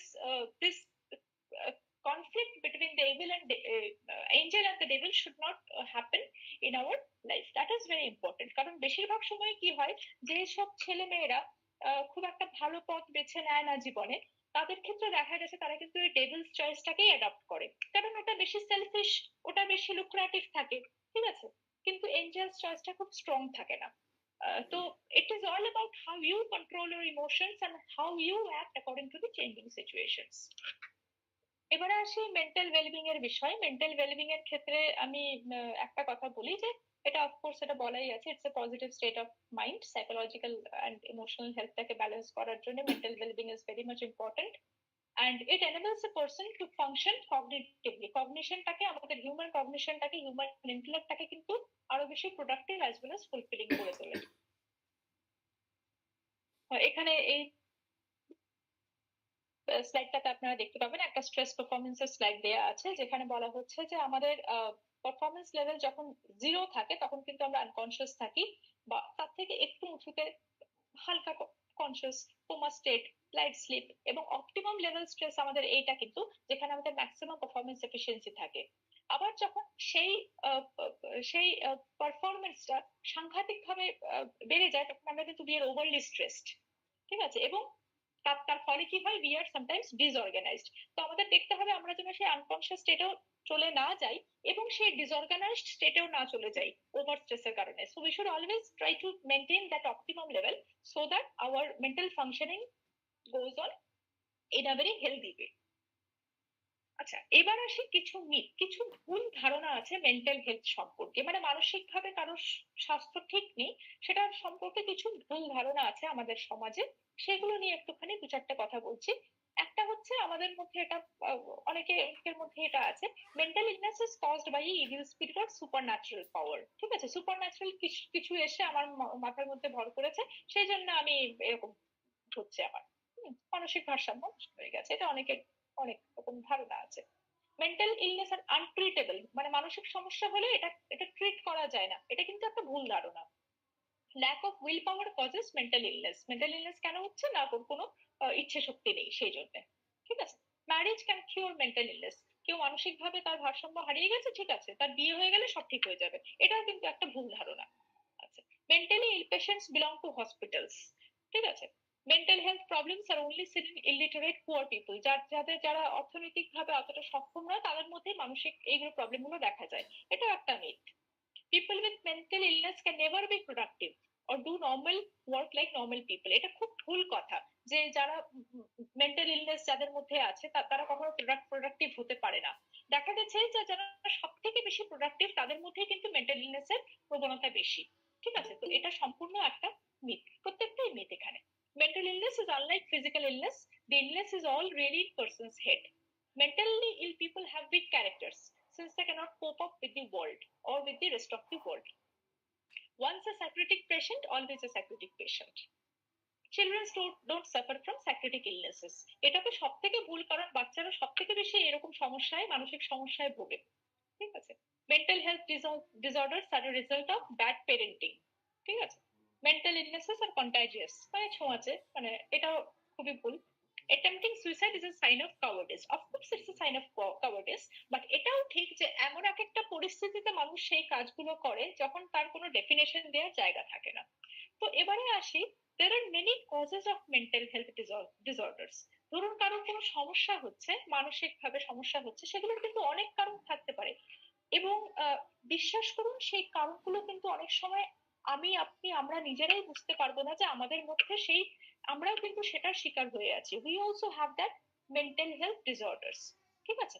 এক নম্বর স্ট্রেসফুল লাইফ ইভেন্টস তো অফকোর্স আছে, তার সঙ্গে আমাদের নানা রকম বায়োলজিক্যাল ফ্যাক্টরস আছে। অফকোর্স বায়োলজিক্যাল ফ্যাক্টরসটাকে আমি খুব একটাকে এখানে নেগেট করছি না, because I am not an expert in the biological factors, but এইটুকুন আমি বলবো যে নানা রকম নিউরোলজিক্যাল কন্ডিশনসে যখন সমস্যা হয় তখন সেই বায়োলজিক্যাল ফ্যাক্টরস গুলো দেখা দেয়। তারপরে হচ্ছে individual psychological factors, set is poor self esteem, ঠিক আছে। আমার নিজের সম্পর্কে ধারণাগুলো যদি খুব ছোট থাকে, ইন দ্যাট কেস তো সেগুলো হয়। অ্যাডভার্স চাইল্ডহুড লাইফ ইভেন্টস, মানে কোনো রকম খুব ট্রমাটিক কিছু ঘটেছে জীবনে, ঠিক আছে, সেটা কেউ যদি শেয়ার করতে না চায় তখন কিন্তু সেটার বোঝাটা তাকে ক্যারি করতে হচ্ছে তার মনের মধ্যে, করতে করতে করতে করতে এমন একটা জায়গায় চলে গেছে যে তার বাকি যে সে কাজগুলো করছে, the rest of the things that person is doing, that is getting affected. তো এটাও কিন্তু মেন্টাল হেলথের একটা বিশাল কারণ। তো মেন্টাল হেলথ ডিসঅর্ডার সম্পর্কে এগুলো তো কিছু তথ্য, এটা অলরেডি আপনারা সবাই জানেন। তো কিছু সাইন্স এন্ড সিমটমস এর কথা আমি বলবো, আমি একটু তাড়াতাড়ি যাচ্ছি। কিছু সাইন্স সিমটমস এর কথা বলবো যেটা দেখলে আপনারা বুঝতে পারবেন যে না, কোনো একটা সমস্যা আছেই সেই বাচ্চাটার মধ্যে বা যার মধ্যেই হোক না কেন। কোনো সমস্যাগুলো কি কি, সেই সাইন সিমটমস এর মধ্যে একটা হচ্ছে there is a change in sleep, ঘুমের কিছু dramatic sleep and appetite changes. Appetite চেঞ্জটাও কিন্তু or decline in personal care, নিজের প্রতি যত্ন না নেওয়া, ঠিক আছে, ঘুম সাডেনলি ঘুম খুব কম হওয়া বা খুব বেশি হওয়া, এই ধরনের চেঞ্জেস গুলো কিন্তু একটা সাইন অ্যান্ড সিমটম। বাট মনে রাখতে হবে এটা একদিনে এটা এরকম হলে কেউ ধরে নেবেন না যে মানসিক সমস্যা। এটা একটা prolonged period এ যদি সেরকম কিছু হয়, in that case we will consider that the person has some mental issue which can be solved or addressed. Mood change, অনেক সময় আমরা দেখি যে একটা মানুষ তো ঠিকই আছে but the person is getting depressed very frequently, or the irritation in a person is getting prominent on and off. তো সেটা কিভাবে হ্যান্ডেল করতে হয় সেটাও একটা ব্যাপার। উইথড্রয়াল হচ্ছে suppose a person is very much social, all of a sudden আপনি দেখলেন যে না, that person is withdrawing himself or herself from all kinds of social activities and losing interest in all the activities that he had enjoyed previously. এটাও একটা কারণ। Drop in functioning, হয়তো ছেলে মেয়েদের ক্ষেত্রে আমরা এটা দেখি, মানে আমাদের এখানে যদি 3 দিন 4 দিন দেখি আমরা একটা ছেলে বা একটা মেয়ে সে আসছে না ক্লাসে, আমরা কিন্তু তাকে আবার ইমেল করি সঙ্গে সঙ্গে যে কি হয়েছে, কি বৃত্তান্ত, কেন ক্লাসে আসছে না। বা প্রত্যেকের স্টুডেন্টদের সঙ্গে একটা করে ফ্যাকাল্টি অ্যাডভাইজার তো আছে, এফএকে সিসি করে আমরা ধরে মেল করছি যে কি কারণে আসছে না, গিভ মি দ্য রিজন। তো হঠাৎ করে আমরা আনইউজুয়াল ড্রপ যখন দেখি, আমাদেরকে বলাই থাকে যে we have to email the student immediately. তো unusual drop in the functioning of school, কাজের ক্ষেত্রে এটা হয়। একজন খুব অ্যাক্টিভ মানুষ হঠাৎ করে দেখছেন যে ড্রপ মানে আসছে না, কিন্তু আপনি যখন তার কাছে কোনো কারণ জিজ্ঞেস করেছেন তখন তার কাছে কোনো স্পেসিফিক কোনো কারণ নেই যে সে অসুস্থ বা কোনো সমস্যা হয়েছে, এমনটা কিছু না, সে বাড়িতেই আছে, but that person is not involved in social activities.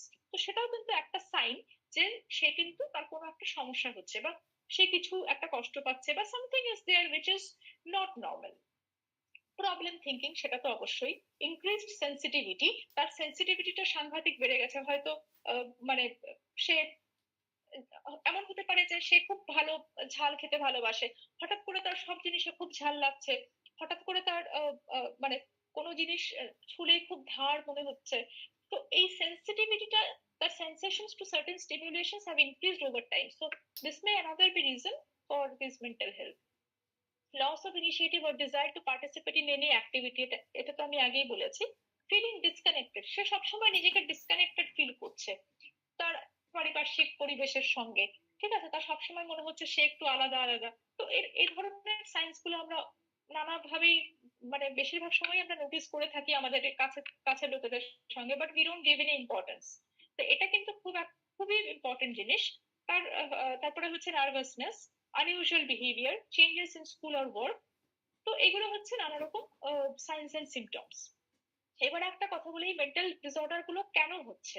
বেশিরভাগ ক্ষেত্রে দেখা গেছে যে use of recreational drugs or alcohol, সেটা তো হচ্ছে। People who do not get proper nutrition, এই দেখুন আবার ফিজিক্যাল হেলথটা কিন্তু এখানে ইম্পর্টেন্ট হয়ে যাচ্ছে। যারা প্রপার নিউট্রিশন পাচ্ছে না তাদের কিন্তু মেন্টাল হেলথ ডিসঅর্ডার হবেই। নিউট্রিশন মানে কিন্তু শুধু ভালো করে খাওয়া না, প্রপোর্শনেটলি খাওয়া এবং প্রপার ভাইটামিনস শরীরে পড়ছে কিনা, প্রোটিন পড়ছে কিনা, মিনারেলস এভরিডে পড়ছে কিনা, আপনার ক্যালসিয়াম আসছে কিনা শরীরে খাবার থেকে প্রতিদিন, এই ক্যালকুলেশন করে যখন আপনি খাবেন প্রতিদিন, তখন কিন্তু আপনার মেন্টাল হেলথ নিশ্চয়ই ভালো থাকবে। এবং যদি সেটা না খান, আপনি খাচ্ছেন কিন্তু কোনো প্রপোর্শনেটলি খাচ্ছেন না, তাহলে কিন্তু মেন্টাল হেলথের সমস্যা হয়। সেটা স্ট্যাটিস্টিক্স এবং সায়েন্স এটাই বলে। এবং কারোর কোনো সাপোর্ট সিস্টেম নেই, ফ্যামিলি মেম্বার্স এর সঙ্গে সে খুব ইন্টারঅ্যাক্ট করে না, তাদেরও অনেক রকম, যারা খুব বেশি ইন্ট্রোভার্টের এমনি কোনো সমস্যা নেই, কিন্তু অনেক সময় দেখা গেছে যে খুব strong support system they seek for and they are not getting, so in such cases of course they face mental health disorders. আরেকটা হচ্ছে sometimes if a baby is born from a high risk pregnancy, then also if the baby is having a traumatic birth, then also some mental health disorders open can come up. আরেকটা হচ্ছে কারোর ধরো chronic কোনো medical কন্ডিশনে সে ভুগছে অনেকদিন থেকে, তখনও সেসব ক্ষেত্রে হয়। ফ্যামিলি হিস্ট্রি যদি কারোর থেকে থাকে অফ বিহেভিয়ারাল হেলথ ডিসঅর্ডার তাহলেও হয়। নিউরোলজিক্যাল ডিসঅর্ডার থেকেও কিন্তু সমস্যাগুলো হয়, স্লিপ ডিসঅর্ডার থেকেও হয়, এবং extreme stress in your life. এবারে এই যে কথাটা হচ্ছে এক্সট্রিম, এক্সট্রিম কথাটার তো কোনো ডেফিনেশন নেই যে আমার কাছে যেটা এক্সট্রিম সেটা আরেকজনের কাছে এক্সট্রিম নাও হতে পারে। এইখানেই হচ্ছে ব্যাপার যে how you are coping up with the stress, that is important. আমার কাছে হয়তো একটা বিষয় এক্সট্রিম নাই হতে পারে, কিন্তু আরেকজনের কাছে সেই বিষয়টা হয়তো ভীষণভাবে it may be extremely affecting that person, সেটাও হতে পারে। তো এক্সট্রিমের ডেফিনেশনটা কিন্তু it's very relative. Traumatic brain injury হলে সেটা হয়, ট্রমাটিক লাইফ ইনসিডেন্টস থাকলে সেগুলো অবশ্যই হয়। একটা জিনিস এবারে আমরা আসি, সেটা হচ্ছে অনেকটাই আমি এবারে খুব একদম লাস্টের দিকেই চলে এসেছি, যে আমরা মেন্টাল হেলথ রেড ফ্ল্যাগস গুলো কখন, ধরুন আমরা দেখছি যে আমরা তো আমাদের বন্ধু বান্ধব নিয়ে চলি এবং সমাজে বাস করি, কোন কোন সময়ে আমরা কিন্তু অ্যালার্ট হয়ে যাব যে না, আমার বন্ধুর বা আমার আত্মীয় স্বজন বা আমার পরিচিত যারই হোক তার কিন্তু একটা প্রপার থেরাপির প্রয়োজন আছে বা একটা প্রপার কাউন্সিলিং এর প্রয়োজন আছে। এটা কিন্তু ভীষণ ইম্পর্টেন্ট। তো এই রেড ফ্ল্যাগ গুলো হচ্ছে ইন্ডিকেশনস বা সাইন্স। একটা হচ্ছে চেঞ্জেস ইন বিহেভিয়ার, আমি একটু আগেই বলেছি যদি মুড সুইংস হচ্ছে, হঠাৎ করে আপনি দেখছেন, ঠিক আছে, সোশ্যালি সে নিজেকে উইথড্র করে নিচ্ছে, তারপরে তার ঘুমের মধ্যে নানা রকম স্লিপ প্যাটার্নস এর প্রবলেম হচ্ছে বা ইটিং প্যাটার্নস এর সমস্যা হচ্ছে, সে হঠাৎ করে ড্রাগস বা অ্যালকোহল অ্যাডিক্টেড হয়ে গেছে, বা ইরিটেবিলিটি মানে হচ্ছে হঠাৎ করে ভীষণভাবে রেগে যাওয়া বা অকারণে রেগে যাওয়া, সেই সব বিষয়গুলো তার সঙ্গে ঘটছে, তখন কিন্তু আপনাকে বুঝতে হবে, একটা স্টেপ নিতে হবে, যদি আপনি তার অবশ্যই ভালো চান, যে হয় আপনার কথা বলতে হবে তার সঙ্গে, যদি সেটা না হয় তাহলে ইউ অ্যাপ্রোচ, মানে অন্য কেউ যদি তার সঙ্গে কথা বলে বিষয়টাকে সর্ট আউট করতে পারে তাহলে সেটা করতে হবে। If not that, then you have to go for a professional help. So professional help নেওয়াটা কিন্তু খুব একটা সমস্যাকর বিষয় যে সেটা কিন্তু নয়, আমি সে বিষয়ে বলছি। আরেকটা হচ্ছে ইমোশনাল চেঞ্জেস। ফর এক্সাম্পল সেই ব্যক্তি হয়তো সে খুব নর্মাল ব্যক্তি ছিল, হঠাৎ করে দেখছেন যে তার মধ্যে দুঃখ, স্যাডনেসটা খুব বেড়ে গেছে, বা ফিয়ার, ভয়টা খুব বেড়ে গেছে, অ্যাংজাইটি খুব বেড়ে গেছে। এই ধরনের সাইন্স কিন্তু যদি আপনারা নিজেদের আশেপাশে কারোর মধ্যে নোটিস করেন তাহলে কিন্তু অবশ্যই, আমরা তো সবারই ভালো চাই, সুতরাং আমাদের কিন্তু উচিত অ্যাটলিস্ট তাকে বলা বা বোঝানো বা তার সঙ্গে কথা বলা। ল্যাক অফ ইন্টারেস্ট, আপনি দেখছেন তার কোনো কিছুতে ইন্টারেস্ট নেই, লো সেলফ এস্টিম, নিজের বিষয়ে খুব খারাপ তার ধারণা, ঠিক আছে, আমরা ভাবি এটা খুব নর্মাল, এগুলো কিন্তু খুব নর্মাল নয়। ফিজিক্যাল সাইন্স, খুব তাড়াতাড়ি সে এনার্জি লুজ করছে, নানা রকম ব্যথা বেধি হচ্ছে। কগনিটিভ চেঞ্জেস, তার মধ্যে পুয়ার কনসেন্ট্রেশন লেভেল, সে হয়তো একসময় খুব ভালো কনসেন্ট্রেশন দিয়ে সে কাজকর্ম করতো, কিন্তু দেখা গেছে যে তার ফোকাসে খুব ডিফিকাল্টি হচ্ছে, সে হ্যালুসিনেশন হচ্ছে, হ্যালুসিনেশনটাও এটা খুব হয়, অনেকেরই হয় সেটা, বা তার থিঙ্কিংটা খুব একটা অর্গানাইজড না, ঠিক আছে, সে যখন কথা বলছে খুব ইলজিক্যাল বা র্যান্ডমলি কথা বলছে, কনভারসেশনটা খুব একটা স্মুথ না বা খুব একটা অর্ডার্ড কনভারসেশন না। তো এইরকম ক্ষেত্রে কিন্তু আপনাকে বুঝতে হবে যে আপনার তার সাথে কথা বলতে হবে। এবারে এখানে একটা কথা বলি, এই কথা বলাটা কিন্তু একটা বিশাল ব্যাপার।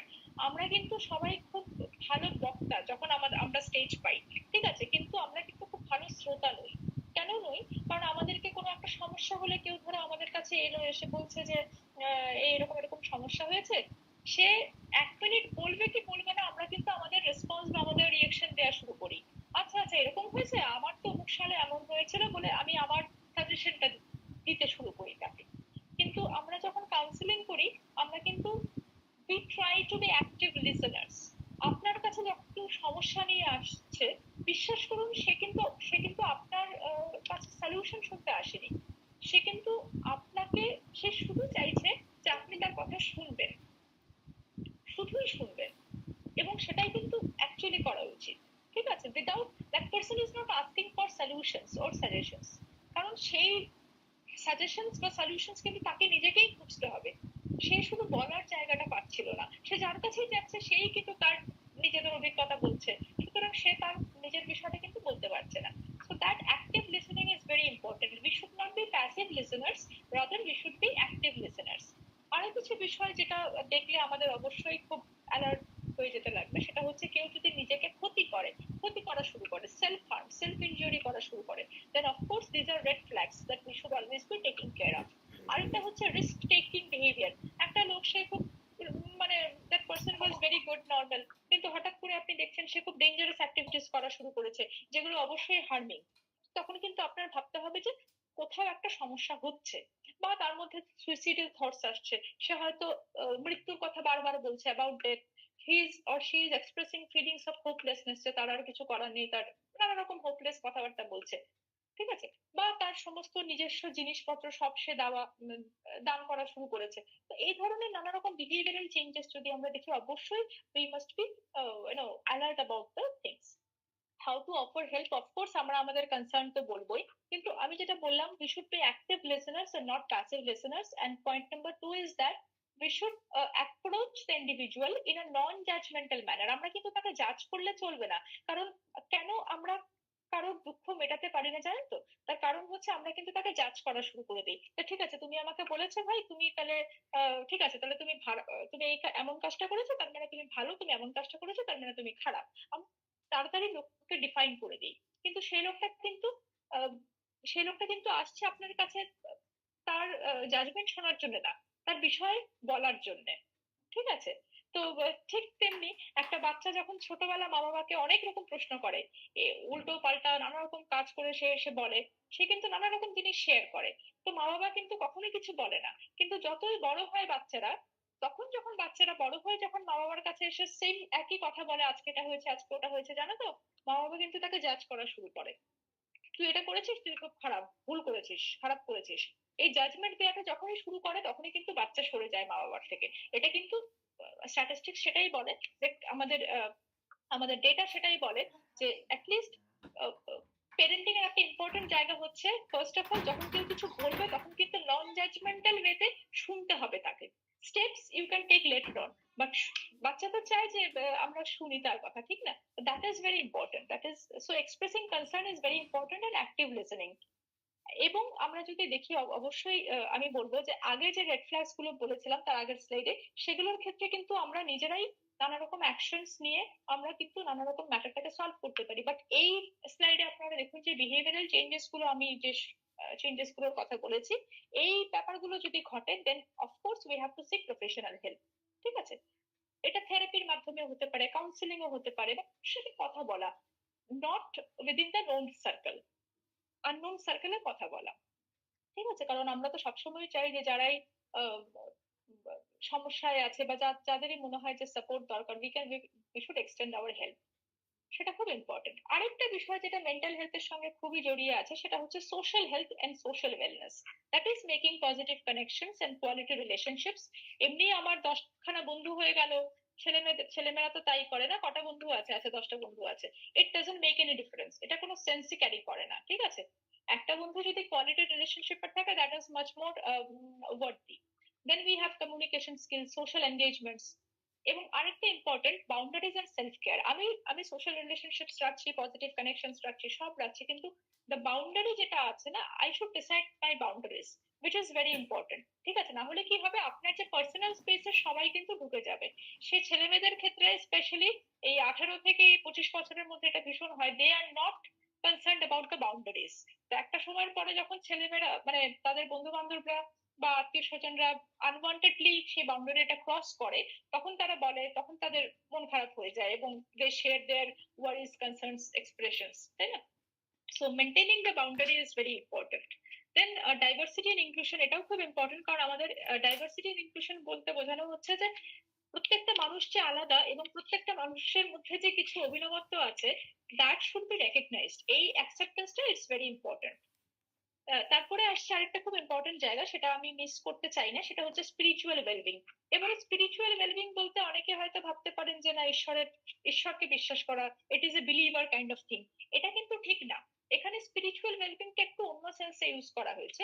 স্পিরিচুয়াল ওয়েলবিং মানে আমি যখনই জীবনে কিছু কাজ করছি, সেটা ছোট হোক বড় হোক, I must find some connectivity with the greater, something greater than myself, মানে আমার থেকে বড় কিছুর সঙ্গে I should find that connection.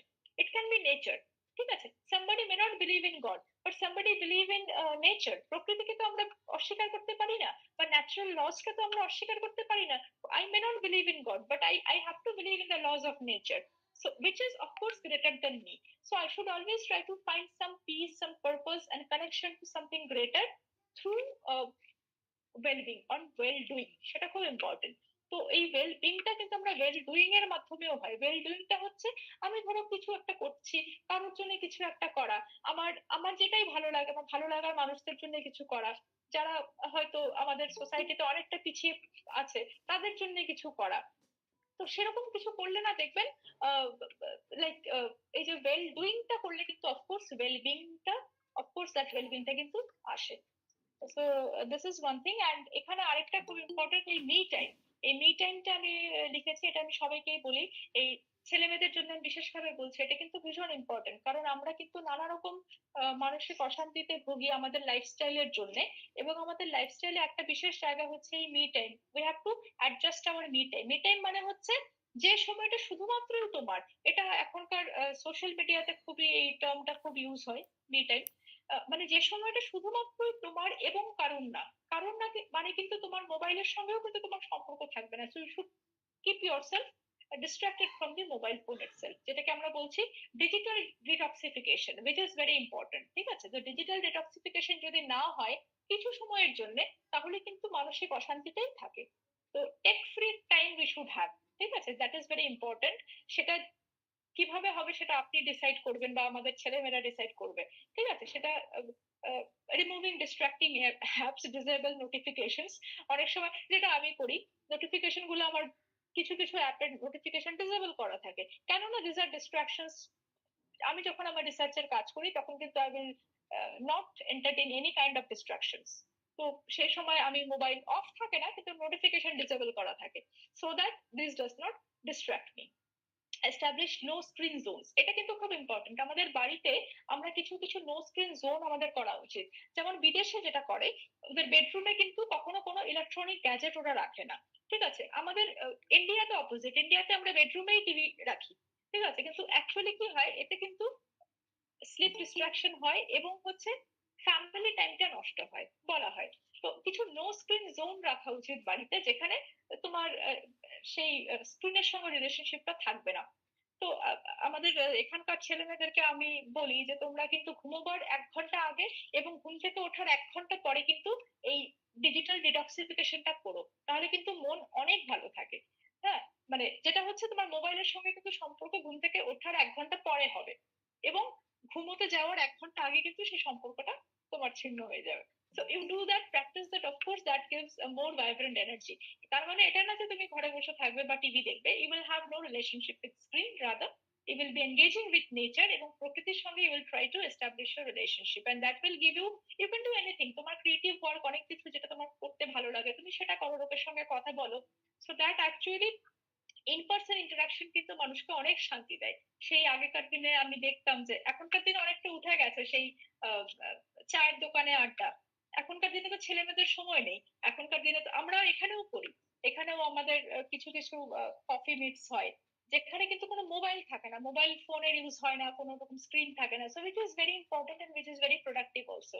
অনেক কিছু তুমি জানতে পারবে আজকে কালকে ভবিষ্যতের সম্পর্কে, লোকের সঙ্গে কথা বলে, যেটা কিন্তু মোবাইল অনেক সময় আমাদেরকে সেই সেই ইনপুটটা কিন্তু দেয় না। এটা আমি খুব ছোট্ট করে বলছি, ডেলিউশনটা হচ্ছে একটা বিলিফ যেটা which is not true। তো এখানে আমরা নিজেরা কি we are in this we are holding this belief or not, আমরা কিন্তু এটা আমাদের চেক করা উচিত। ডেলিউশনস হচ্ছে it is an unshakable belief that belief in something which is untrue। আমরা জানি, আমরা কিন্তু কোনো একটা জিনিস অ্যাকচুয়ালি সেটা কিন্তু সত্যি না, which is untrue, কিন্তু আমাদের আমাদের একটা বিশ্বাস আছে যে না সেটাই সত্যি। তার মানে কি, তার মানে আই এম আ ডেলিলু। ঠিক আছে, so I am in delusion. So এই ডেলিউশনটা কিন্তু অ্যাকচুয়ালি একটা মেন্টাল ইলনেসের কারণ।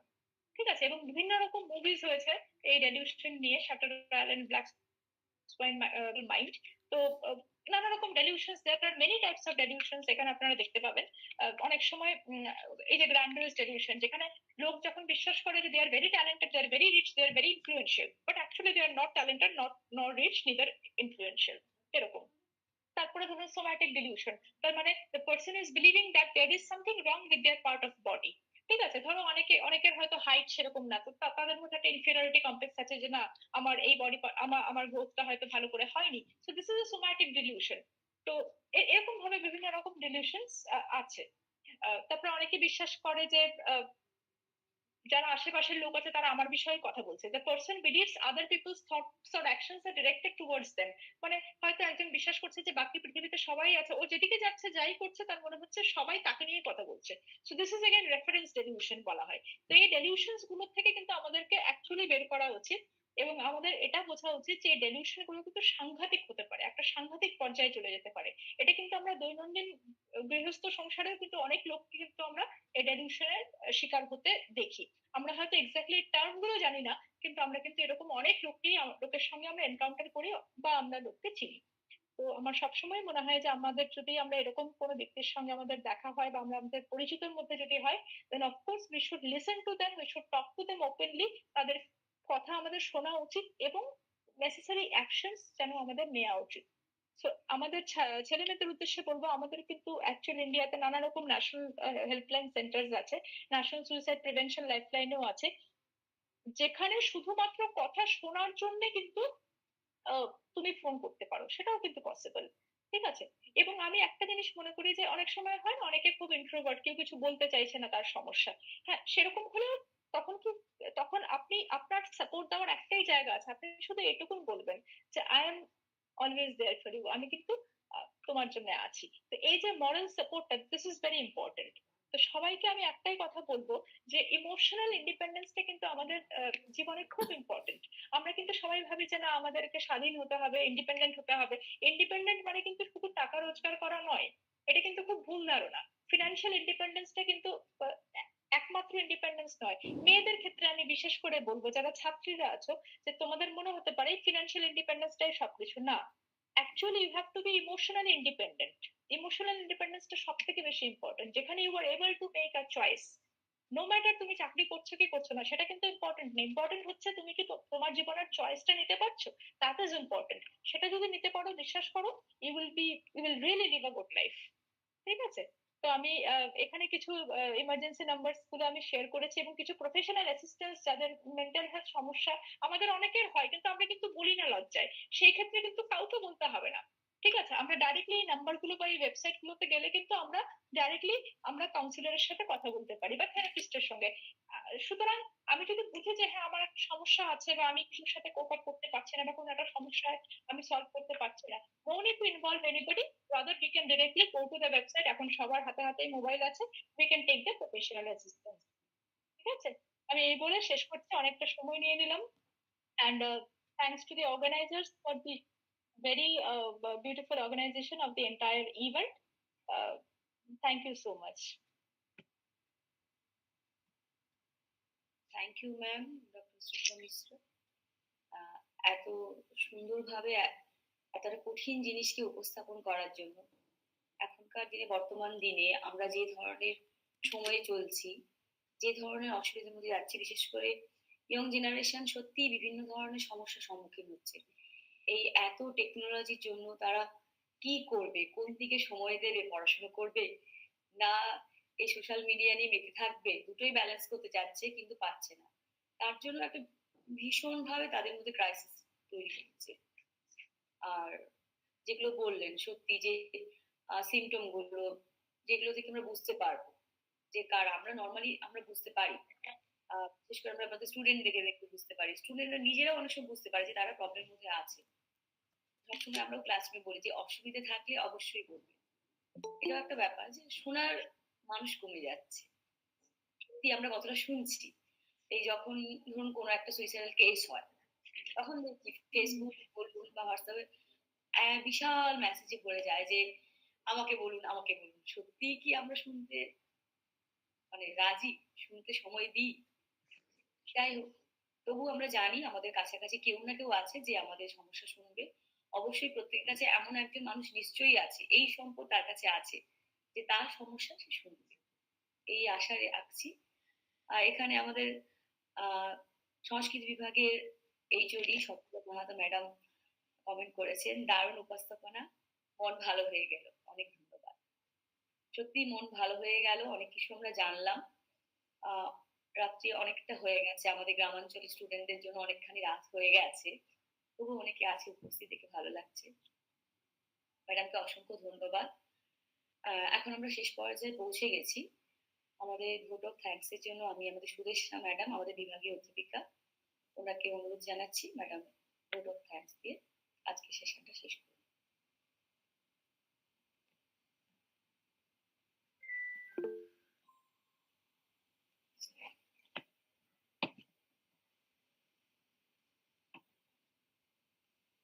সুদেশনা ম্যাডাম।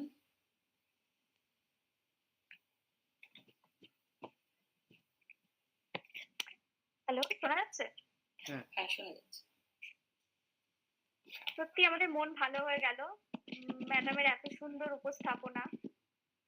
আমরা জানি যে বর্তমান যে অর্থনৈতিক তীব্র প্রতিযোগিতার যুগ, সেখানে মানুষের দৈনন্দিন জীবনের প্রায় আশা আকাঙ্ক্ষা পূরণ হচ্ছে না, ভবিষ্যৎ নিরাপত্তা তৈরি হচ্ছে, প্রিয়জনের দুঃখ কষ্টে মানুষ দীর্ঘদিন ধরে মানসিক কষ্টে ভুগছে, তার কারণে দৈহিক ও মানসিক দিকে পুরোপুরি ভাবে ব্যাঘাত ঘটে।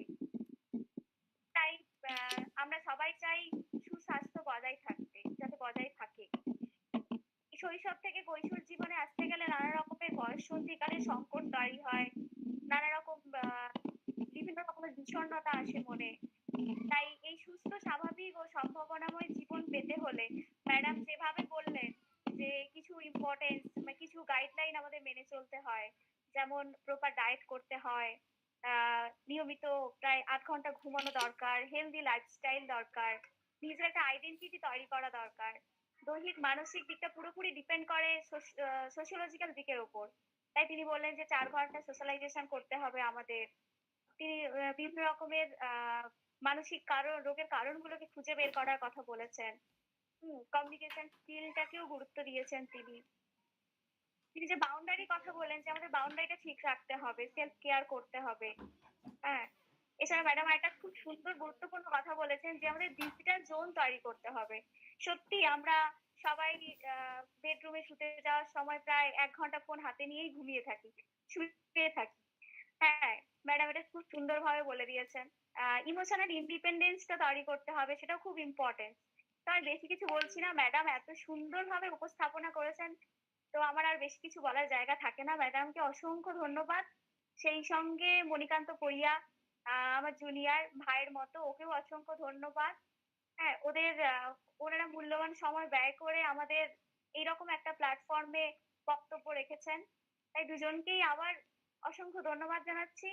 সেই সঙ্গে ধন্যবাদ জানাচ্ছি ময়না কলেজের জিবি মেম্বারদের। সেই সঙ্গে ধন্যবাদ জানাই প্রিন্সিপাল স্যারকে, যার জন্য আমরা এরকম একটা ওয়েবিনার আয়োজন করার সুযোগ পেয়েছি। স্যার বারবার আমাদের বলেছেন যে ছুটির মধ্যে অন্তত 2টো ওয়েবিনার করতেই হবে। তাই আমরা সেই কারণেই করার চেষ্টা করেছি। আমরা আশা রাখবো স্যার যাতে অ্যাকচুয়াল প্ল্যাটফর্মে ইন্টারন্যাশনাল সেমিনার করতে পারি, স্যার যাতে আমাদের সাহায্য করে, এর আশা রাখবো আমরা। সেই সঙ্গে ধন্যবাদ জানাই আইকিউএসির কোঅর্ডিনেটর ডক্টর সুমিত মান্না মহাশয়কে। ধন্যবাদ জানাই ন্যাক কোঅর্ডিনেটর মিন্ময় কুমার মাহাতো স্যারকে। সেই সঙ্গে ধন্যবাদ জানাই বিভিন্ন ডিপার্টমেন্টের টিচিং স্টাফকে এবং নন টিচিং স্টাফকেও ধন্যবাদ জানাই।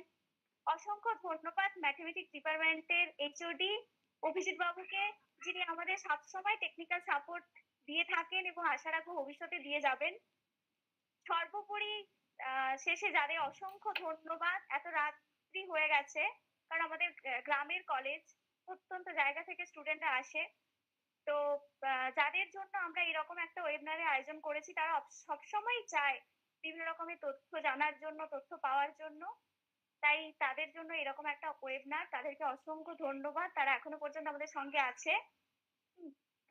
সেই সঙ্গে সবাইকে এগেন থ্যাঙ্ক। অনেক রাত হয়ে গেছে, বেশি কিছু বলছি না। শুভরাত্রি। শুভরাত্রি। এখানেই আজকে আমাদের ওয়েবিনার শেষ হলো। সবাইকে অসংখ্য ধন্যবাদ। Thank you. তাহলে আমরা সকলে লিভ করছি। Good night to all of you. Okay.